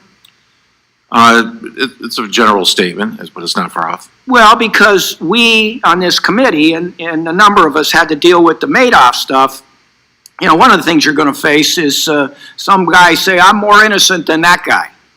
I should get to keep my money, even though I got paid yesterday, but I'm an innocent guy. You're going to be dealing with so many preferences, so many fraudulent transfers. I mean, have you any idea what the total money in and the total money out of FTX was? We don't have a full accounting at this early stage, no. Wow. Do you know how much was in tokens? So let's say I have Dogecoin, or I don't even know how you say it, but I have 10 Dogecoin, which a year ago, He's definitely Republican. Dogecoin. Dogecoin. All right, I have 10 Dogecoins. Dogecoin. All right. A year ago, 10 Dogecoins, for sake of argument, was worth $1,000, so $100 a coin. I put that in there. But Dogecoin today is worth, like, I don't know what, say not nearly that much. I mean, how are you going to evaluate that as to what I should get out of the bankruptcy? Well, at first it starts with doing an accounting and a tracing of How do you account all for the something that they assets. didn't? There was no accounting. Both the ins and the outs. And that's made difficult, of course, by the commingling of assets. So perhaps you may have invested in a certain coin or an altcoin. We'll have to trace what happened to that coin because, again, what we've explained here today and through our testimony is there's commingling of assets. So that makes it how do you a bit account more for it, complicated than simply how much is my coin worth, right? So it's gonna be a painstaking process of looking for the ins and outs, what happened to your crypto. Of course, at the bankruptcy, at the time of the bankruptcy, we know when that occurred. We have a very specific time when that bankruptcy occurred, and we will look at customer accounts as of that date, and that will be determined essentially what your account position was. But of course, assets vary in terms of fluctuating in value, and again, because of the circumstances we find ourselves in the lack of documentation, the potential commingling between silos, and then also what happened with element. I can't tell if she just wants to be on camera. Because why would your neck be bent like that? You can't even see him. in and it's gone, and I put 10 Dogecoins in and they're gone, eventually you're going to have to figure that out. And my guess is you will be back here in a year when you have a better handle on the numbers to be talking to this committee. And thank you for doing this. I yield back. Thank you very much. You know by now that Mr. Perlmutter is a bankruptcy attorney. You can tell by those questions. So this would be a good time to enter into the record without objection. I would like to enter into the record the indictment of Sam Bankman-Fried by the Southern District. A Democrat running the whole thing. That was unsealed this morning, and the separate filings from the Securities and Exchange Commission and the Commodity Futures Trading Commission, both of which were filed this morning. I'm sure his mother knows this lady. From Michigan, Mr. Huizinga is now recognized for 5 minutes. Thank you, Madam Chair and Mr. Ray. I'm going to get my colleague to shift a little bit or get up. Thank you. One quick question. Have you been sharing your findings with the SEC at all as you've been going through this? Yes. Okay. How about the Southern District of New York? Yes. Okay. I'm going to get to a couple of practical questions because I think these were. Is he a Democrat or Republican? And then also ask Mr. Bankman-Fried. Let's play a game. The guess in the comments. .com platform was not available to U.S. users, close quote. However, earlier this month, CFTC Chairman Benham suggested in testimony before the Senate Agriculture Committee that 2% of funds housed at FTX.com were from U.S. individuals. Can you confirm whether there were U.S. individuals or persons, in fact, customers of FTX.com? Yes, we found that there's a small number of U.S. Customers that had engaged in as customers. Yeah. Is 2% small in your estimation, or is it less or more? We don't have those kind of numbers on homeboy back here. Investor basis. We have it on a He's customer basis. But you're Okay. talking about less than a couple hundred. But it could amount to billions. I mean, you said earlier it is billions of dollars that was in there, or at least it could be millions or hundreds of thousands. We don't know that number, or do you know that number? I don't know. I don't know that number. Billions would sound very, very high. Okay. Well, you had mentioned that there was. He said billions. Now he's saying it's very high. I'm giving you the range. So clearly, as U.S. customers, there we don't have an accounting of what those particular customers had in the .com exchange. Will determining this be part of your work? Oh, is a Republican, of course. Oh, absolutely. Yeah. Okay. The tough questions always come from Republicans. To which customers, more specifically U.S. customers of FTX.com? Yeah. Especially when it comes to business. We'll try to identify both the sources and the use of all the funds. So whether it's 10 customers that had a lot of money or 1,000 customers that had some money? Absolutely. Okay. Can you provide some indication of whether customer funds from FTX.com were in fact transferred to Alameda Research? Well, it's definitely assets of customers in the .com silo were transferred to Alameda, no question about it. We have not seen this at this stage from the U.S. silo. Homeboy's of course, we do have one concern, and that's the concern we're chasing down, which is whether or not there's commingling between the .com silo and the U.S. silo exchanges. And the reason for that is we know there was sort of common control and access chatting back there, he getting her involved, of authorized users at this most senior management level amongst all of the assets. So it's something we have to focus on. We haven't seen evidence right now of that, but certainly that's something that we need to investigate and trace. Okay, and my remaining 2 minutes, I want to turn a little bit to operations. Is there any evidence of his parents' involvement in the operations? We're investigating that. As well as any other, players in the email, Slack. Coming from a Republican. Signal. It's a to the Democrats. It's a very vibrant environment. They would love to slam him. So I hear that he's smiling. You haven't discovered that? I mean, it would seem interesting. He's trying to get him right here. He's trying to get him right either here. Give legal advice, this is why I love Republicans. Business advice, or parental advice, maybe. Well, certainly, clearly, and I think in our first day papers we indicated that that Mr. Bankman had given legal advice. Okay, had he been an employee of FTX, as has been reported? I don't know if he actually had an employee status, but he certainly Father received gave payments legal from. advice. The family did receive payments. Okay, that sounds like employment to me. You got a payment for, okay.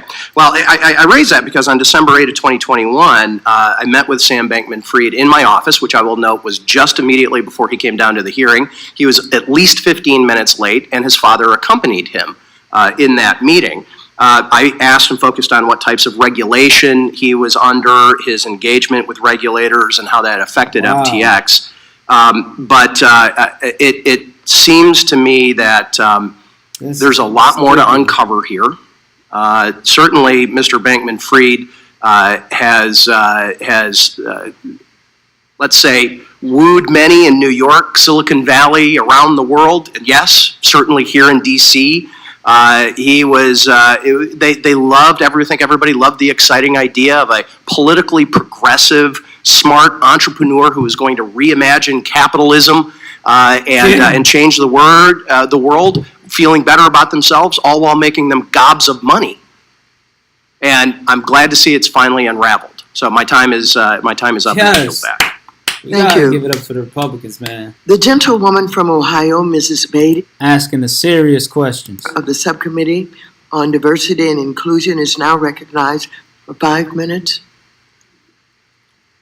Let's see. First of all, let me just say thank you to Chairwoman Waters and our ranking member, and certainly She must to be you, a Dem. Mr. Ray. She gotta be We a Dem. have heard a lot. A lot of this has been difficult to digest, primarily because of what has happened to so many people and so much money involved.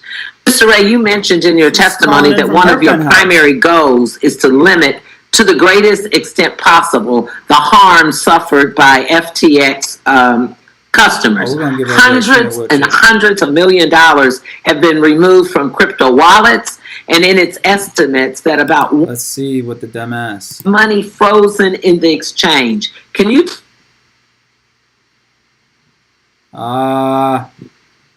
Audio gets cut off from a Dem question. draw the likely funds back? And if you can't answer that question, might have the information. Oh, man. Ms. Beatty, would you repeat the question? You Oh, were interrupted man, for a listen. minute or so there. Oh, I am sorry. I am at home recovering, so I hope sorry about any You ain't got connection. Wi-Fi? Basically, hundreds Come on. of dollars have been removed from crypto wallets, and it's estimated that about 1 million people have money frozen in their exchange. Can you tell us how many users have lost money, and when will they get their money back? He already answered that. Well, our process is such that, we are securing our assets every day. Every day we are out looking for wallets and the keys to those wallets to maximize the recovery of value. So that's an ongoing process. We've secured all of the cash in the bank accounts to the extent that we can at this point. We've secured crypto assets. We're still in the process of doing that. Ultimately, that's a question of months. The litigation has been pointed out by other members. Certainly will take a longer time frame, but that is. He said he just started 4 weeks ago. How would he have recovered everything? Wouldn't everybody would have their money back? Some of these questions the Dems ask, it's just like, holy crap. Customer account for you today. We do know that there was 2.7 million users. Ask about his parents. Which again overstates the customer relationships because people had multiple trading accounts in the .com silo. We had over 7.6 million users, again overstating the actual customer relationships due to the multitude of accounts by any particular customer. So we need to get to the bottom of those customer numbers. Thanks, Mr. Ray. Let me ask you this. Despite the fact that FTX told customers it would not trade customers' funds, we know now that FTX loaned out, I think, about $10 billion in customer assets for proprietary trading. Mr. Ray, do you know get her off how the it stage, was possible for FTX to access clients' funds in answered violation of its own terms of service? that read without client's permission and exposes customers to such massive loss. This is so aggravating. Well, as I indicated, I mean, there was no corporate controls, no corporate oversight, You no already answered this. independent board, and the owners of the business, the senior management She's had falling asleep back virtual there, look. control of the accounts of don't know each of what the to do. silos and could move money or assets Blink as they in, desired, undetected. I know by that look. customers. I know that look. So, I know that to look. the extent there were rules and there The were very blinking. few, obviously they were made to be broken. So I think what I'm hearing you saying is that there was no one personally approved this. Let me ask you a last question. Oh my goodness. Can you tell us what regulatory changes could prevent the unauthorization or the unauthorizing customer funds That's not in the his job, future though. based on your wealth of experience? Without speculating about what regulatory fix could not there his could job. be, and I've said in my earlier testimony, the critical thing is segregation of customer funds and transparency. Yeah. That was it. Okay, and lastly, in your 5 points that you outlined, and I'm sorry if you said it before, is there a timetable that you think you can get to that? And that can be a yes or no. I think I'm getting close to my time. There's no particular time frame, but it's as quickly as possible. In my experience with Enron, And is that months? They just said Madoff's case took 14 years for people to get paid out. and the causes of action, could take longer. 14 years. That was without crypto wallets. Do that as quickly as possible. That was with cash, cold cash money in bank accounts. Help us out. I yield back. Thank you. The gentleman from Kentucky, Mr. Barr, is now recognized for 5 minutes. Thank you, Madam Chair. Mr. Ray, in your declaration, you said I hope he's a Republican. in the FTX group did not have appropriate corporate governance and that this situation is unprecedented. You also, in your testimony today, This said little that the badge says FTX something. collapse stems from the lack of an independent board and a complete failure of any internal controls or governance whatsoever. Can you elaborate in describing the governance structures for FTX.com that led you to make those comments? Well, first and He's standing foremost, right in the eye. there's no independent board of directors. So one of the first things that I did was put on an independent board of directors, led by our chairperson, who's the former U.S. attorney, and Honorable Joseph Farnan, former U.S. District Court judge. So put in a corporate structure of independent directors, put in separate officers, the new officers of the company. I put in a new CFO, a new chief information officer. All these people are new head getting of paid. administration, Jesus. all independent, with some background and experience in these sectors. None of the employees. I mean, there's a lot of titles in the company, but no experience to back it up. Can you explain how the FTX.com governance structure differs Republicans always cut people off. FTX US? Virtually no difference. There was no structure. Mr. Ray, in your work so far, have you examined the governance structure or the flow of assets to the FTX Foundation or its various affiliates, including FTX Community, FTX Climate, or the Future Fund? We are digging into that. We've not completed our review. I am curious in your work whether or not you will determine whether those entities were established properly as non-profits or whether or not the funds received were improperly transferred customer accounts. Do you have any visibility into that yet? We're looking at that right now. We've asked our folks at Ernst & Young to look at the tax side of it, and we're investigating the money transfers. So you can be sure we're going to dig into those details. Was the FTX Foundation and those other not-for-profit, ostensibly not-for-profit entities, were they completely separate from any of the for-profit entities? They were owned by Sam Bankman-Fried. I can't tell you that they were separate because they got funds from Alameda. So we know the source of their funding was from the FTX group. There was separate ownership, but not separate, funding. So commingled assets in that case as well? Absolutely. Okay. At least one ESG ratings firm gave That's a charge. higher score for governance than ExxonMobil. given your testimony that FTX's collapse stems from the absolute concentration of control in the hands of a very small group of grossly inexperienced and unsophisticated individuals who failed to implement virtually any of the systems or controls necessary for a company that is entrusted with other people's money or assets. What would you say about this ESG governance rating, which rated FTX higher than ExxonMobil? Holy, I'd get my money back. that's a Republican. Can you identify which entities had audited financial statements? Yes, I can. So there was no audit at Alameda, no audit at the venture silo. There was audit at the U.S. silo, and also audit at the .com silo. I can't speak to the integrity or quality of those audits. We're reviewing, obviously, the books and records. And as I've said earlier, much of those books and records were maintained on fairly unsophisticated ledger workbooks. And you testified of the lack of record keeping. Yes. And so there's a whole lot of financial statements that are either not audited or not available. Is that fair to say? That's fair. Correct. In your declaration, you stated that you did not believe that those audited financial statements were reliable. Can you elaborate on why you believe that to be the case? He's a Well, Republican. we've lost $8 billion, right, of customer money. So by definition, I don't trust a single piece of paper in this organization. Sam Bankman-Fried, in his testimony to this committee on December 8th of last year, said that FTX has designed and offered a platform with a market structure that is risk-reducing. To be sure, there are irresponsible actors in the digital asset industry, and those actors attract the headlines, but FTX is not one of them. Was that statement incorrect?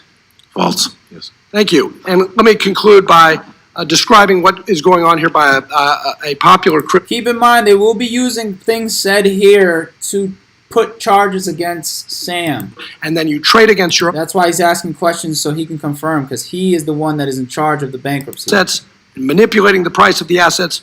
What you have is a crypto casino. I yield back. He must be a Thank you. Republican. The gentleman from California, Mr. Vargas, is now recognized for 5 minutes. Thank you very much, Madam Chair. I'd like to begin by thanking you once again for taking the lead to hold bad actors accountable and pursue transparency in the cryptocurrency space. And also, Mr. Ray, I want to thank you for being here today to testify.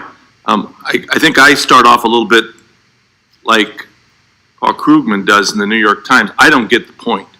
I really don't get the point of blockchain and These little cryptocurrency. pins mean It's something. like keeping track of how many times you chew gum. Like, who cares? There's other ways that are, I think, less fraudulent Must be a to Republican. make transactions. But anyway, that being said, how many times have we talked here about the potential for abuse, of fraud in the crypto market? Quite a bit. We've had a lot of cheerleading from some people, especially on the other side of the aisle. I don't hear it today. Haven't heard it yet, but I do want to hear it like we normally hear it, how wonderful it is and how they shouldn't be regulated by the SEC, that they're too tough on them, He's talking about the Republicans. especially after what we saw with Jabs. X. But we do want to see order and transparency in this industry and throughout the financial markets. If you are an issuer of cryptocurrency or a manager of cryptocurrency exchange, and you conduct business with U.S. customers, consider this FTX collapse as your public service announcement. Come into compliance with the Securities Act of 1933, the Securities Act of 1934, and all other applicable federal and state This would be the battle between securities and commodities. citizens' funds, and then claim innocence. For the cryptocurrency industry to continue, citizens need to be informed, regulators need to uphold the laws, and companies need to comply. Now that wasn't happening, was it, Mr. Rander, this particular company? No, sir. Why wasn't it? You just asked the same question.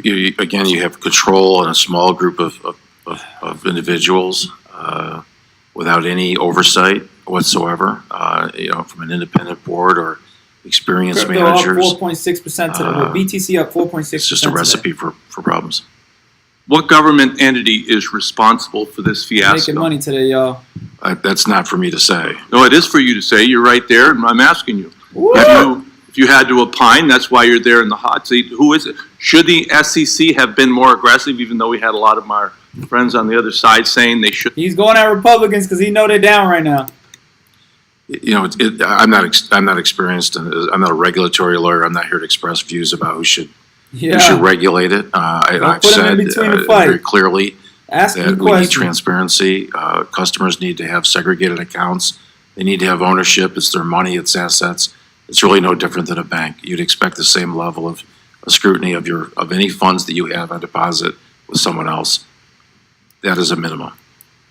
I agree with everything you've said, but at the same time, I have to say that the product that they give is a hybrid product, is it not? Well, certainly, it's a currency. It's an alternative currency. Yes. So then, who should regulate it? I don't have an opinion. It's not. We don't know yet. You don't, Mr. Congressman. He's trying to get him. Well, that's the whole problem. I think I don't get the point of cryptocurrency to begin with, other than, you know, if you're a terrorist or someone that wants to hide money, and then I get the point. See, the devs do this. Other than that, I don't get the point myself. Of course, y'all want to watch everything. If we are going to have it, we have to regulate it. Someone has to be in charge. We have to make sure that we don't continue to defraud the American people. And that's where the government comes in. Somebody's got to take charge of this. I think it's the SEC. I've always thought it was the SEC. They had a lot of pushback from my friends on the other side. I didn't hear them quite today, pushing back as they normally do. I'd love to see that. Shout out to Gary. But again, someone has to regulate this if it's going to exist. Don't you agree? I certainly think there has to be, you know, more controls in this sector. Who should regulate it? I defer to this committee. That, Madam He Harlem shaking through the question. Yield my time back. Thank you. He Harlem shaking through the question. Now, the gentleman from Texas, Mr. Williams, is now recognized for 5 minutes. The gentleman from Texas, thank you, Madam Chair. Mr. Williams, is now recognized for 5 minutes. Thank you, Madam Chair, and thank you, Mr. Ray, for being here. Appreciate it. There's been many comparisons that have been made as people examine what happened to FTX. And is Gary in there? From Bernie Madoff to Enron, it looks like this will go down as one of the largest frauds in history. Absolutely. And Mr. Ray, you have a unique perspective on the fact that you have worked on the Enron bankruptcy. I'd be interested real quick if you talk a little bit real quick about how it compares. You got cut off in the early time, and I'd like to hear a little bit about that. Let's see if he's a Democrat. You know, Enron was a really a different company. You know, it was crimes that were committed there were highly orchestrated financial machinations by highly sophisticated people to keep, you know, transactions off balance sheets. You know, this is really old-fashioned embezzlement. This is just taking money from customers and using it for your own purpose. Sure. Not sophisticated at all. Sophisticated perhaps in the way they were able to sort of hide it from people, frankly, right in front of their eyes. But this isn't you know, sophisticated whatsoever. This is just plain old embezzlement. Old school. Old school. There you go. It seems like Freed has some interesting ideas on how he can stay relevant in the FTX world, and even after stealing customers' money and driving the company into bankruptcy.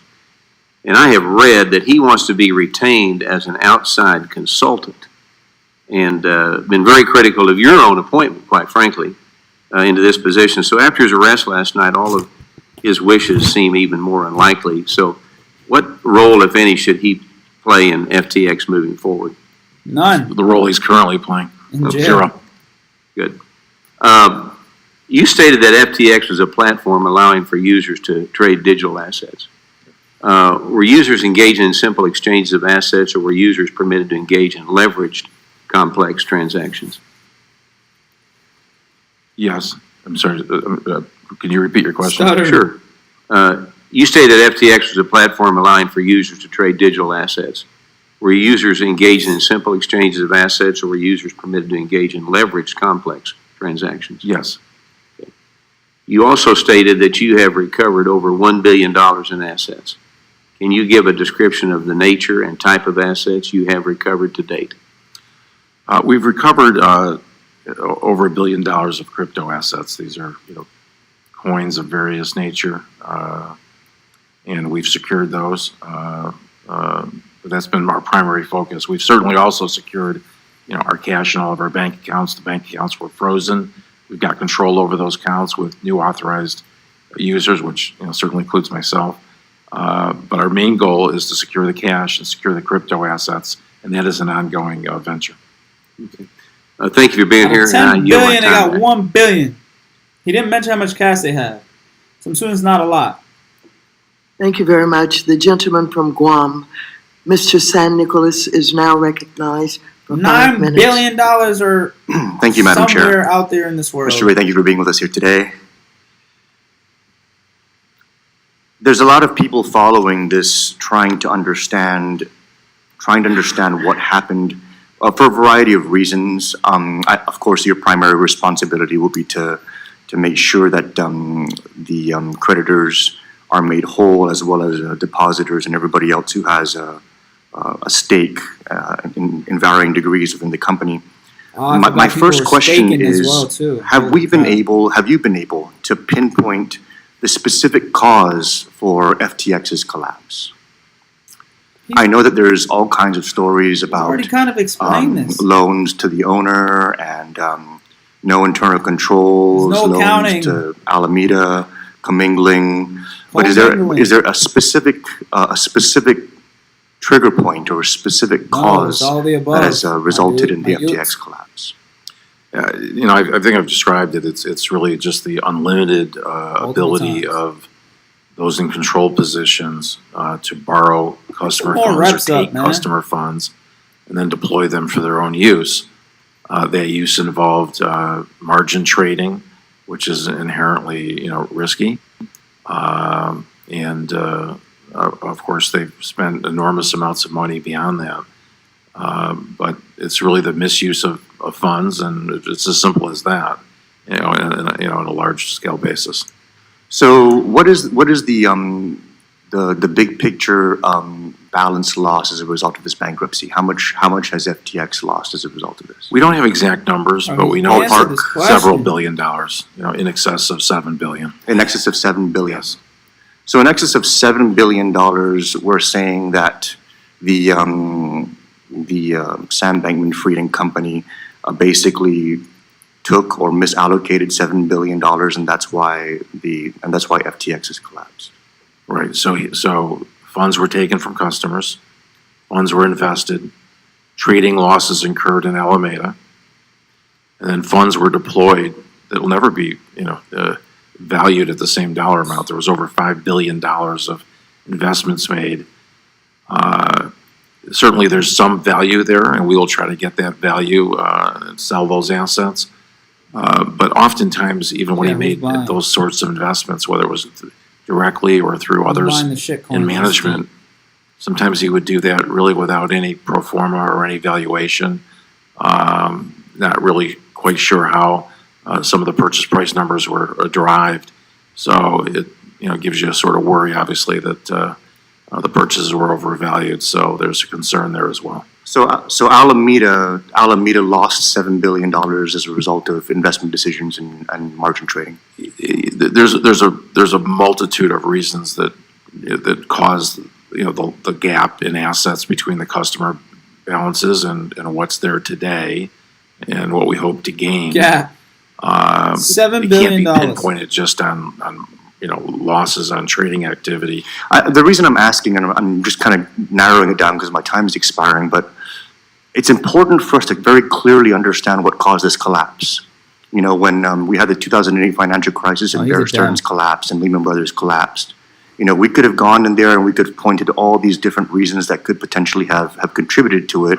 But the underlying reasons were there was a subprime crisis and a lack of liquidity in these respective institutions. That allowed us to have a policy response, a regulatory response to prevent that kind of thing from occurring in the future. The FTX collapse right now is just FTX, but are these lack of controls and are these environments that resulted in the FTX collapse, are those still existing today, and could the same thing happen in similar operations such as Binance, for example? Could they also engage in the same activities under the current regulatory regime? Mentioning Binance. If things go wrong, I said earlier, Binance may be under some pressure. Just 3 points I'd make. First of all, we are going to detail the sources and uses and what happened to all the funds. that will tell us exactly, how the losses were incurred. Some of those may be lessons learned. Some of them just, frankly, will just be payments that were made, from other people's money. It's No, but just going back to my question though, Mr. Ray, the circumstances that led to FTX's collapse, those circumstances still exist in the crypto space, and can other companies collapse in a similar set of circumstances? Well, certainly we've ceased trading, so it won't happen at our company. Could it happen at other companies? I can't speak to them because I don't know how each of these companies are operated. Obviously, our company operated in a distinct way that led to losses, but I think every company is different. My time's expired.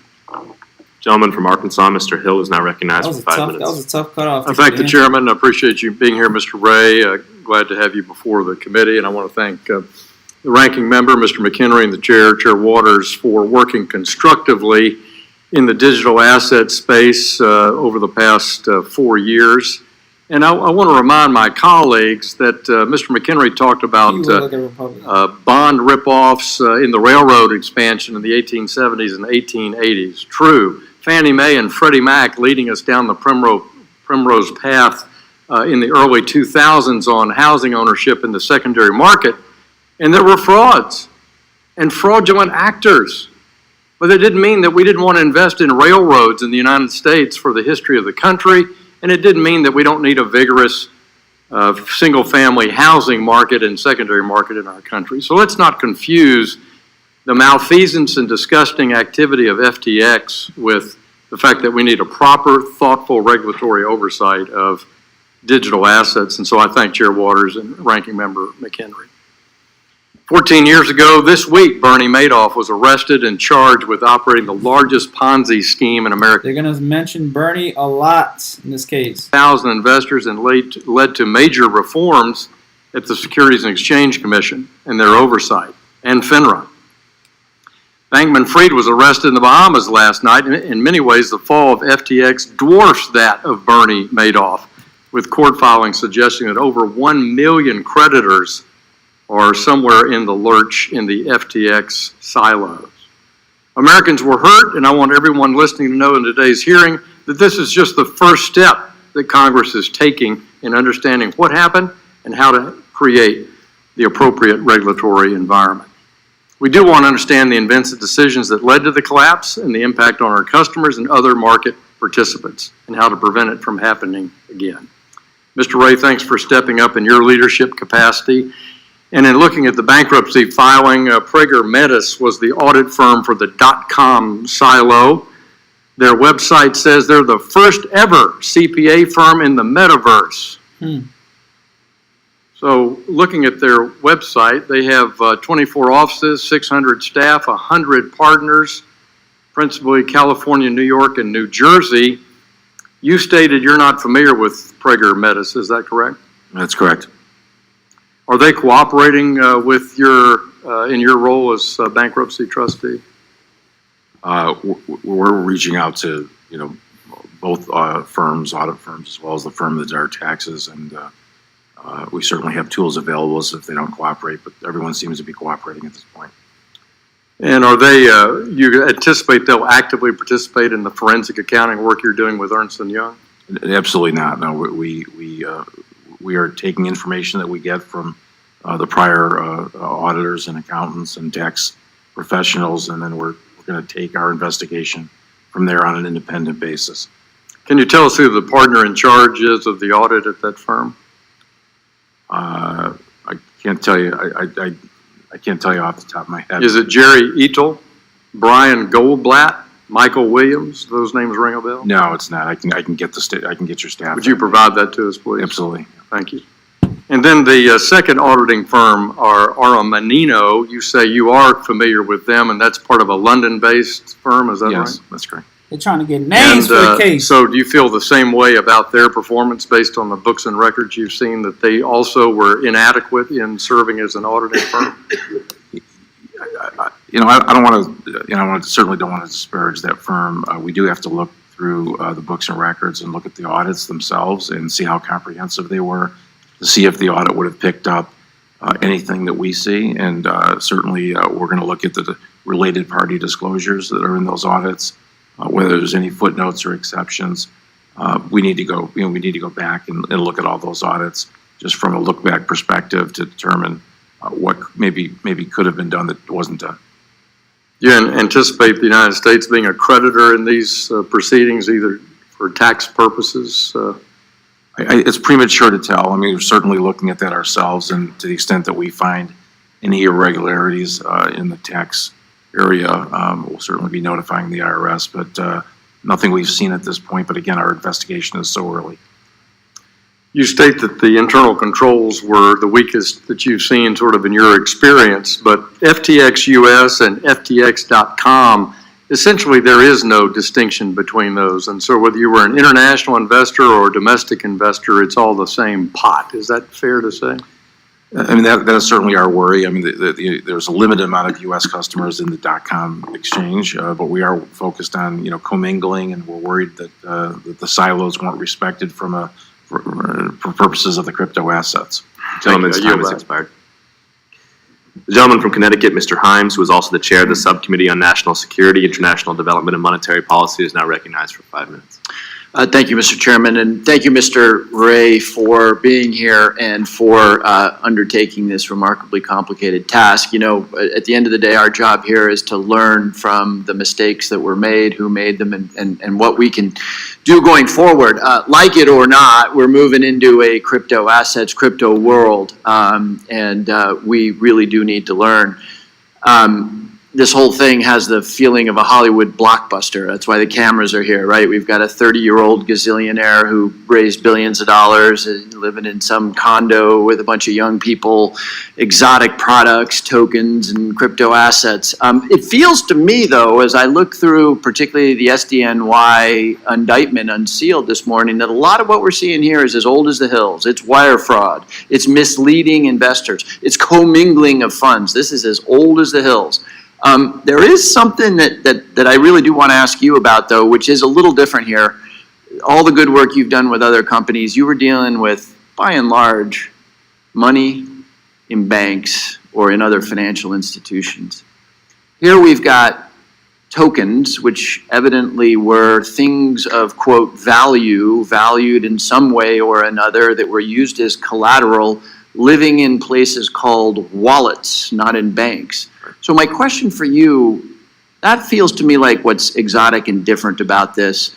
How much more challenging is your job going to be because you're now operating in a world of tokens and wallets as opposed to dollars and banks?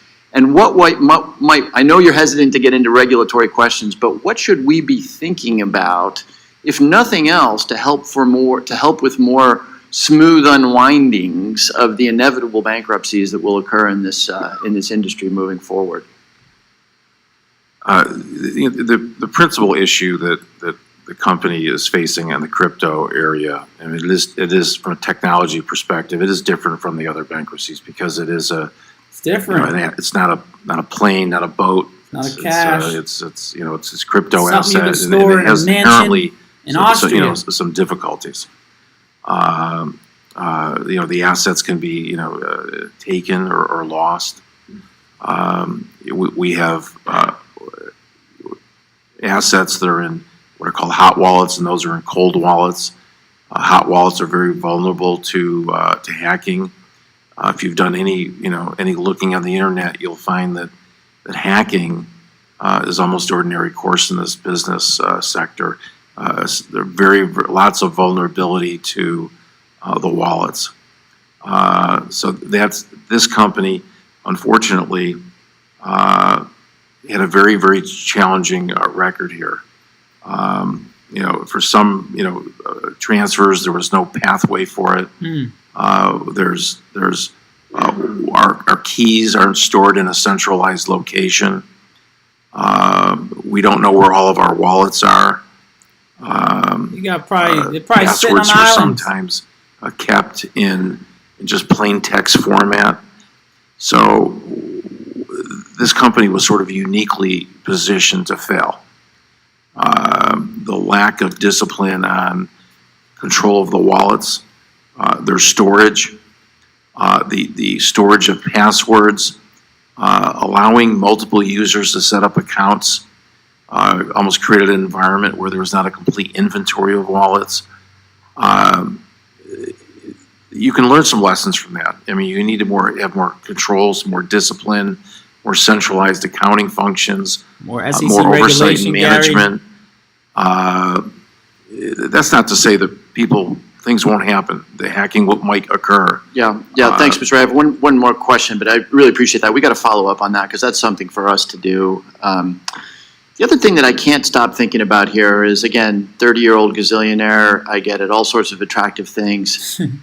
Some of the supposedly smartest money on the planet, venture capitalists who are paid tens of millions of dollars to invest money. And maybe I wouldn't care if it was just the money of the very wealthy, but they're investing pension money.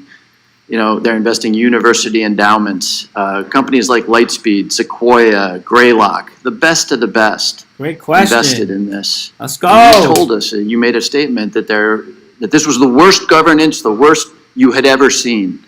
Did you see any evidence of any appreciable due diligence on the part of these entities that gave Sam Bankman-Fried hundreds of millions of dollars?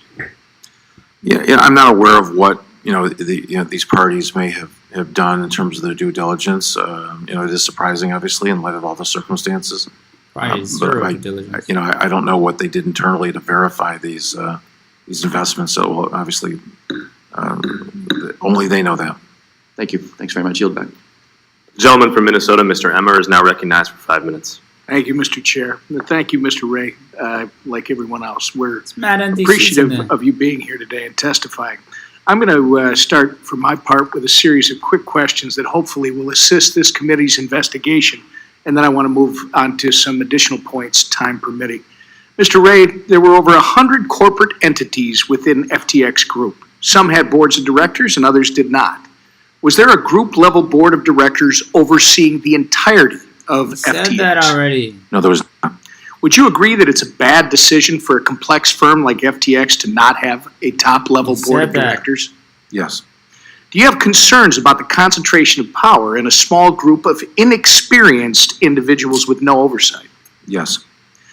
Did FTX.com have basic corporate functions like an accounting or human resource department? No.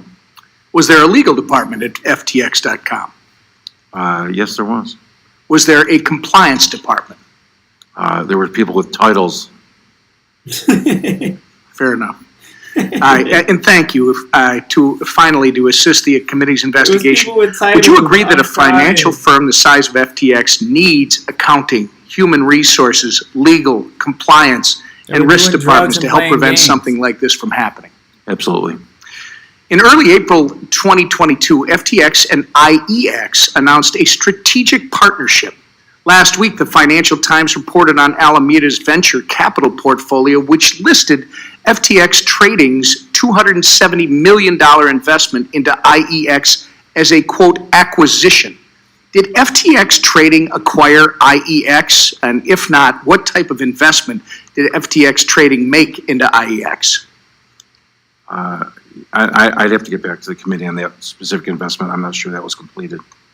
Can you provide us with some information on it? Absolutely, I can get back to you on the staff on that. We know that Chair Gensler had more meetings with FTX than anyone else in the crypto industry. We understand that what was being negotiated was a framework for digital asset exchange registration and token registration with the SEC that would benefit both parties. It would expand the SEC's jurisdiction in exchange for the SEC's preferential treatment of FTX over other industry participants. We understand there was a lot of activity to move this idea forward, including the circulation of draft short-form disclosures that would enable filers to get tokens listed on this newly formed bespoke exchange. Mr. Ray, I know you're handicapped with the information you currently have obtained, but Chair Gensler refuses to answer our questions or testify before this committee. Will you commit to sharing with this committee any internal documents you come across regarding communication between FTX and Mr. Gensler or others at the SEC? We'll fully cooperate, with the committee and the regulatory authorities with respect to our investigation. Again, specifically, I just want copies. This committee will want copies of those communications to the extent they exist. Yeah, we can certainly work with your staff to get you what you need. Thank you. And Mr. Ray, I appreciate you mentioning your concerns. in the beginning of my questioning about the concentration of power in a small group of individuals with no oversight. That is the exact problem that open and permissionless technology like crypto and blockchain solve. It solves for the problems of centralization. You stated in your testimony that you've never seen such a, quote, utter failure of corporate controls at every level of an organization, from the lack of financial statements to a complete failure of any internal controls or governance whatsoever, close quote. FTX had disastrous or even non-existent systems for accounting, audit, cash management, cybersecurity, human resources, risk management, and other unacceptable management practices that currently make your job to uncover the facts quite difficult. Fortunately, the immutable characteristics of public blockchains that some people would care not to understand in this committee allowed the crypto community to reveal Sam Bankman-Fried's fraud, and the on-chain public record will assist law enforcement moving forward.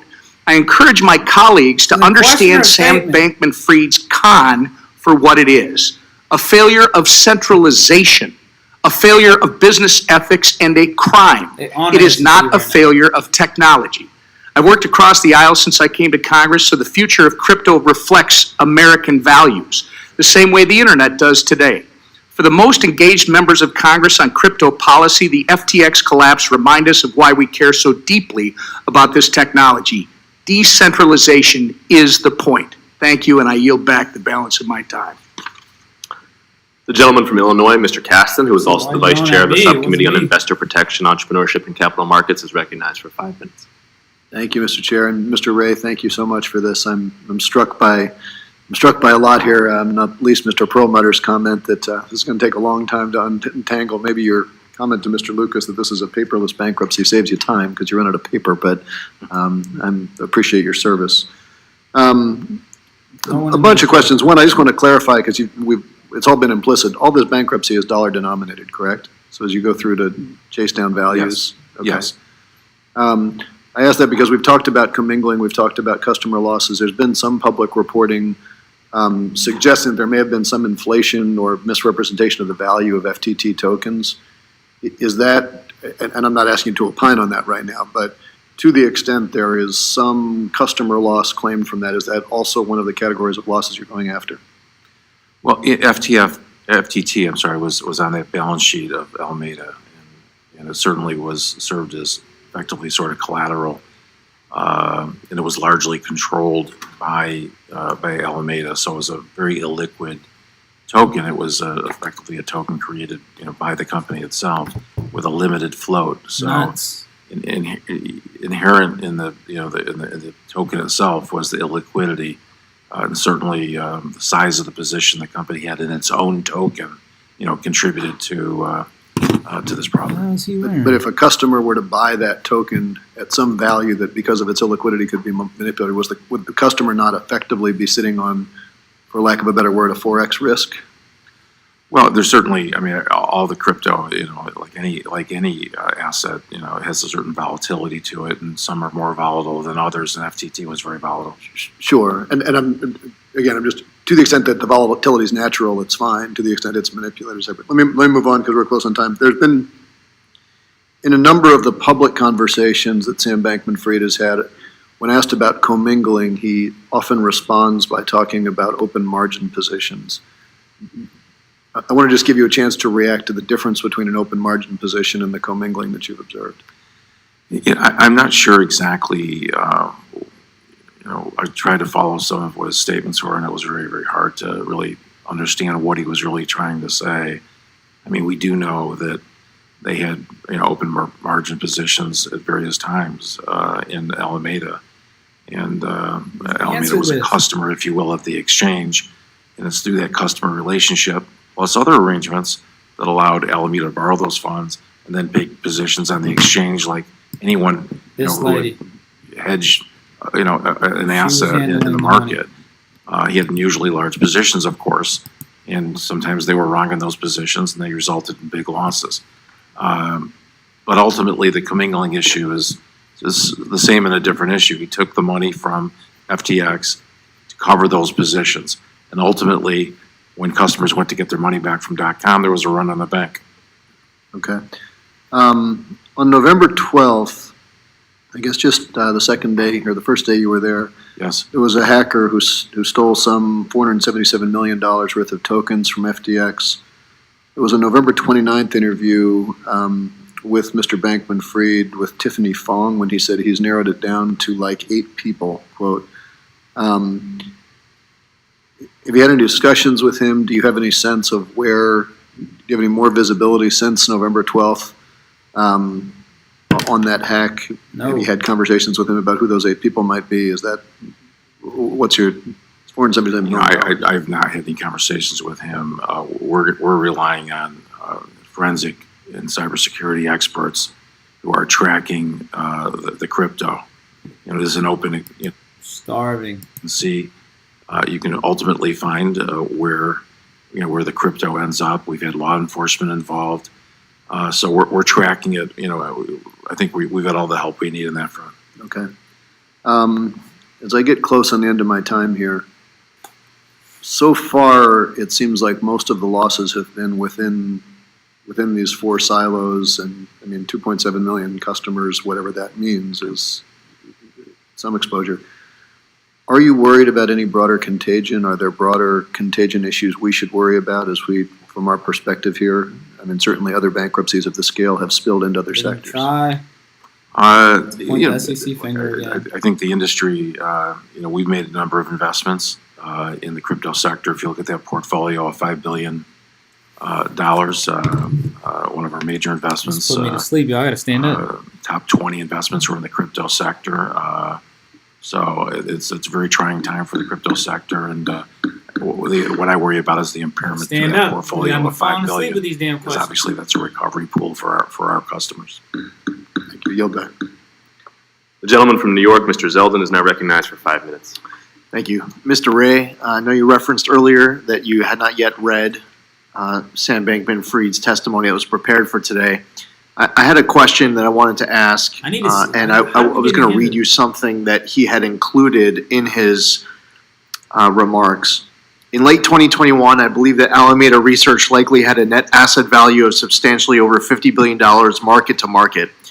I believe that Alameda was likely leveraged long, perhaps about 1.1 times leverage.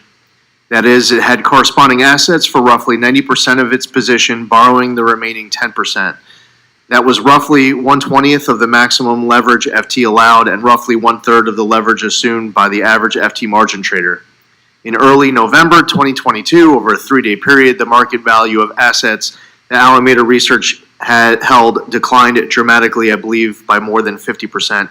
Have you yet seen any evidence of a market value drop in Alameda's assets before November 2022?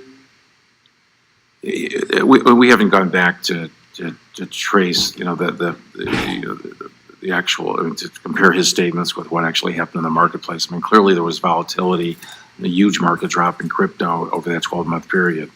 So it wouldn't surprise me that, his leverage numbers changed, perhaps even dramatically during that time period. I think the problem at the heart of this is that, his positions, the collateral he had behind that, he didn't have the same auto liquidation provision that a margin account would normally have. You usually can't lose, if it's structured properly, you shouldn't be able to lose more than your collateral.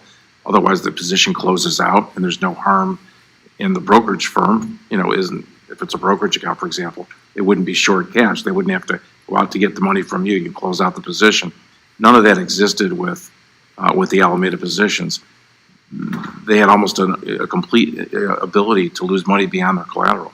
Are you yet in a position to be able to describe, summarize the assets that Alameda had?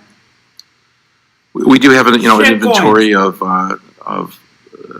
the investments we made. That's pretty clear. We've got those in the hands of our investment bankers at Perella, and we're trying to understand those investments. Ultimately, we'll market those investments. You'll see this week that some of those investments will be put up for sale. The crypto assets, a little bit different. What's on the exchanges we can see. There's exchanges, about 24 exchanges across the world where we know we have crypto assets. They're in our name. We're securing those and removing those into cold storage.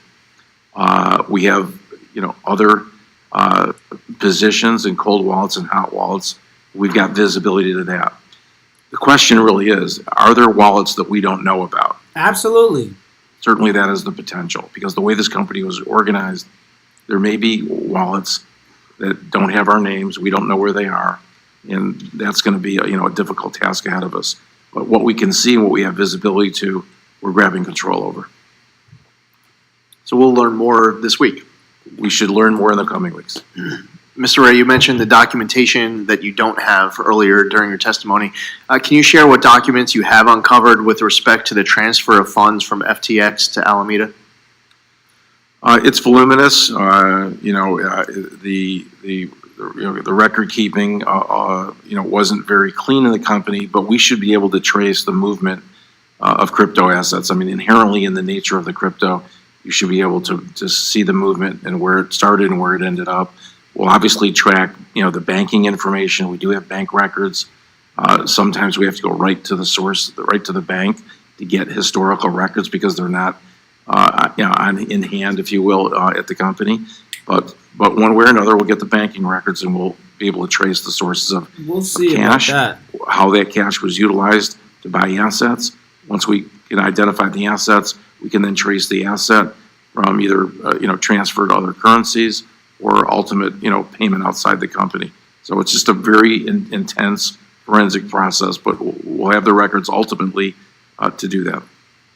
We'd be interested in receiving more detailed explanation of the documents that you have. And one last question, can you describe what documents you identified with respect to internal controls and governance? Well, there isn't any, to speak of. I mean, the company is virtually void of any internal controls or documentation. Resolutions are absent. Authorizations approving massive loans. For example, the loans of the insiders. I haven't seen any resolutions approving those. When Sam Bankman-Fried signs on behalf of the company and then he signs his own loan, that should tell you a lot right there. Gentleman's time has expired. The gentleman from New York, Mr. Meeks, who is also the chair of the House Committee on Foreign Affairs, is now recognized for 5 minutes. Thank you, Mr. Chairman. And Mr. Ray, thank you for your testimony here today. And, if you've been a member of Congress as long as I have been, it just seems eerily it was you that had to take over Enron when I was sitting here at that particular time. And we were looking at that as being one of the biggest scandals that we've ever seen. And now, I believe in your testimony today, you said this may be even bigger, which is really concerning to me, particularly since, I do believe that blockchain technologies have a role in fostering financial inclusion that facilitates cross-border transactions. But what we didn't have and what we don't have are the real safeguards against misuse by bad actors. And as a result of that, I know I've been intricately involved with New York State. And New York State was one of the first nations to create a virtual currency license and supervisory framework. And so in your testimony, you were very frank about the total lack of internal controls in FTX and critical of their governance structure. So I guess my first question to you is, in your estimation, how much did the lack of a board of directors attribute to the failure of FTX? And do you believe there would have been an opportunity to change course if this defunct structure were identified early on? Yes, I do. I think that the lack of an independent board was a critical aspect of the failure. And also in New York State, there are capitalization requirements for licensee holders to have highly liquid capital to ensure that financial integrity and to protect against outside shocks. Now, in this instance, how would a capital requirement have changed the outcome of the FTX failure? I'm not a regulatory expert. I mean, what I've set forth in my testimony is that I think it's important for customer accounts to be segregated and for there to be transparency in what people can visualize in their account, and to have some strict rules relative to using customer assets. that's the extent of my views about the regulatory scheme. I defer to others, who are obviously more experienced on the regulatory side. That's one of the issues that we're trying to deal here is how do we get the appropriate and the proper regulation so that we can make sure that individuals are protected. For example, do you know and to what extent were U.S. persons trading on the FTX exchange? And do you believe that the controls were adequate in restricting access for U.S. persons? Because, FTX.com was listed in the Chapter 11 bankruptcy. And despite it being publicly reported that the U.S. subsidiary was a stronger position than its parent because of the narrowed offerings and oversights, there still seemed to be this direction toward U.S. Persons. So what do you think? Do you think that there should be, or the restricting access for U.S. persons or the controls were adequate? Well, certainly there was a limited number of people that invested on the .com, which was not the intended use of that exchange. How that happened, obviously, we'll have to investigate, and where the breakdown was, internally in our controls that would have allowed that to happen. So I'd like, at some point, I know you're not a regulatory expert, but to have conversation with you about looking at some of the rules and the regulations that we put in place in the state of New York, because the debate that we have here at times is ceilings and floors and what would be appropriate for people are protected. You've already stated that FTX's lack of internal controls is unlike anything that you've ever seen in your career, and obviously has had a devastating impact on people who have trusted FTX with their savings and investments. I also chair the House Foreign Affairs Committee, and I'm also concerned that these internal failures could have led to sanction evasion and illegal transactions on FTX's platform at a time when sanctions compliance is critical for supporting countries like Ukraine and slowing down Putin's war machine. Have you on your team investigated these issues since taking the helm at FTX about anyone trying to avoid sanctions? That's interesting. We're certainly investigating all the aspects of the failure, and as the coming weeks we'll learn more, and I think we'll certainly be willing to work with the committee to understand really what happened and share with you to the extent possible. Gentleman's time has expired. The gentleman from Georgia, Mr. Loudermilk, is now recognized for 5 minutes. Let's go, Georgia. Oh, thank you, Mr. Chairman. Mr. Ray, thank you for being here today. Unfortunately, we aren't able to question Sam Bankman-Fried. I was looking forward to that, and however, I was concerned that you were going to testify first. I would have rather have had him testify first so we could qualify some of the statements that he may make with you, who's in the current position. However, since we've been in here, there's been a leak of what was to be his testimony that has come out, and I'd like to ask you about something that he has related in his testimony. He said if he had not been arrested ahead of today's hearings, that he alleges that FTX US has been and remains solvent and could pay off all of its customers tomorrow. Given the evidence you have and what you've gathered, is there any degree of truth to this claim? We still have a hole in the U.S. So as we sit here today, it is not solvent. That's just inaccurate. I'm not sure how would you even know that, quite honestly. So we're hopeful. Boy was lying. Because the number of customers and the volume of trading on the U.S. exchange was much smaller than .com, somewhat driven by the number of withdrawals that took place before the bankruptcy on the U.S. silo. But right now we have a few $100 million of value. Again, you have to look at value as of, say, today. Right. It's still missing. We haven't ultimately, though, found all the keys to the wallets. As we find and open those wallets, hopefully we'll be able to find more assets. And if we can attribute those to the U.S. silo, certainly there's a pathway to recovery there. And so, really the case isn't closed yet on the U.S. It's just premature, to make a determination such as his. So there is a potential that what he is claiming is true, but so is I guess that would be the reason why all of the assets in those wallets have been frozen on the U.S. side. My follow-up question would be, if they are solvent, why would we freeze those? And along with that, is there any evidence of commingling of funds between FTX.com, FTX US, or Alameda, Yes. or any of the three together? Answer that. That's what we have. That's what we're looking at right now. I can't, give you a clear answer on that today. We're looking, when we open up all the wallets, You can only look where assume. the source is from whence they came. We'll have an answer for you, but it's just much too early to tell you that. I appreciate that, but summarizing, there's not evidence right now that his statement would be true that FTX US is completely solvent. Clearly not. Okay.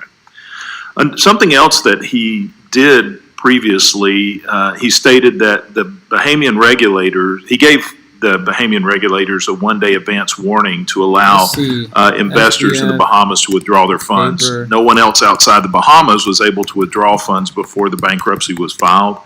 Mr. Freed said that he allowed the withdrawals because, quote, it was critical to the exchange to be able to have a future because that's where I am right now. And you do not want to be in a country with a lot of angry people in it. Is this explanation accurate? Well, here's what we know. I mean, I can't speak to his words. What we do know is the liquidation proceeding in the Bahamas was filed effectively 24 hours before our Chapter 11 proceeding.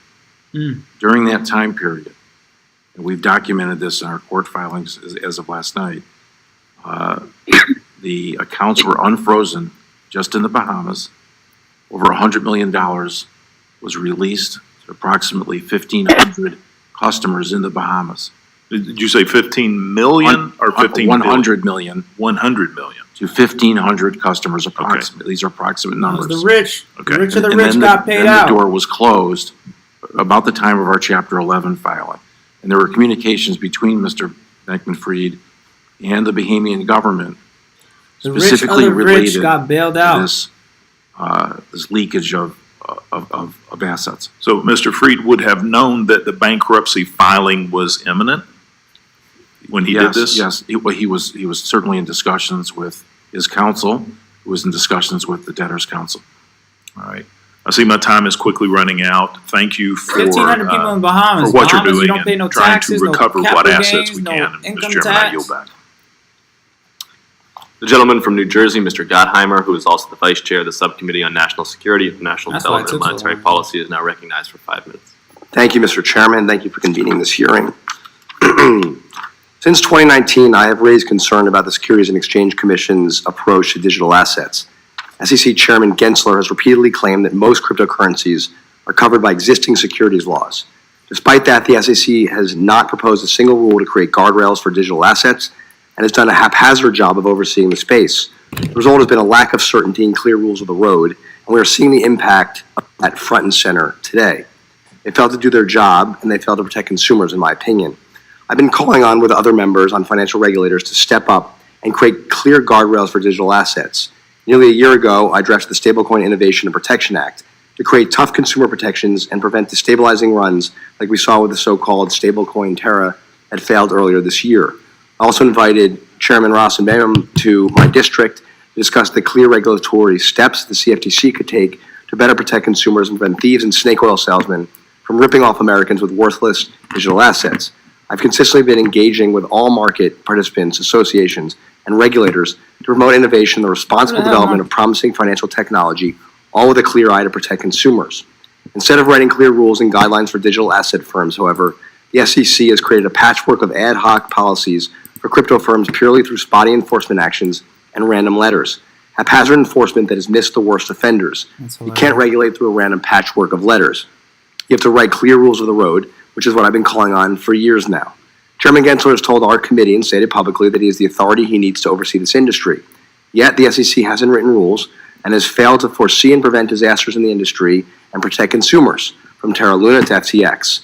It's time for the SEC to step up and do its job, or another regulator should take the lead. Mr. Ray, thank you for being here. Do you think U.S. financial regulators would have been satisfied with the accounting and risk mitigation practices that were in place at FTX International to prevent its failure from spilling over to FTX US and American investors?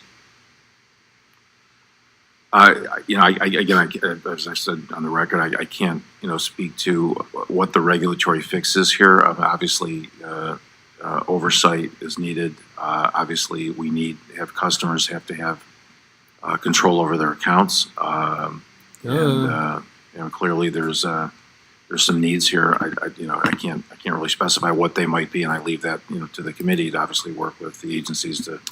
FTX's group's U.S.-based crypto derivatives and clearing platform LedgerX that has been overseen by the CFTC since 2017 was not included in FTX's wider bankruptcy filing, and according to your initial review of the situation, LedgerX is still solving. During his testimony before the Senate Agriculture Committee last week, Chairman Benham argued that it was the oversight of his agency that ensured LedgerX was insulated from the failure of other FTX firms. From what you've seen, what protected LedgerX from the failures of the broader FTX ecosystem, and what could U.S. regulators, including the SEC, have done to protect Americans using FTX US? The same questions. Certainly, we believe LedgerX. We'll be keeping an eye on this. Everybody keep an eye on Binance. The customer accounts are set segregated. to also be. And obviously that goes a long way to. Set to also be having a. Do you believe that Mr. Bankman-Fried, when he says that all FTX US users will receive $1 on the dollar return of funds at the end of these bankruptcy proceedings? Follow. It's very speculative at this point. Sub, you can hit me up. What are some of the biggest questions you still have for Mr. Bankman-Fried and his associates? Instagram above. Now that you've been through this for some period.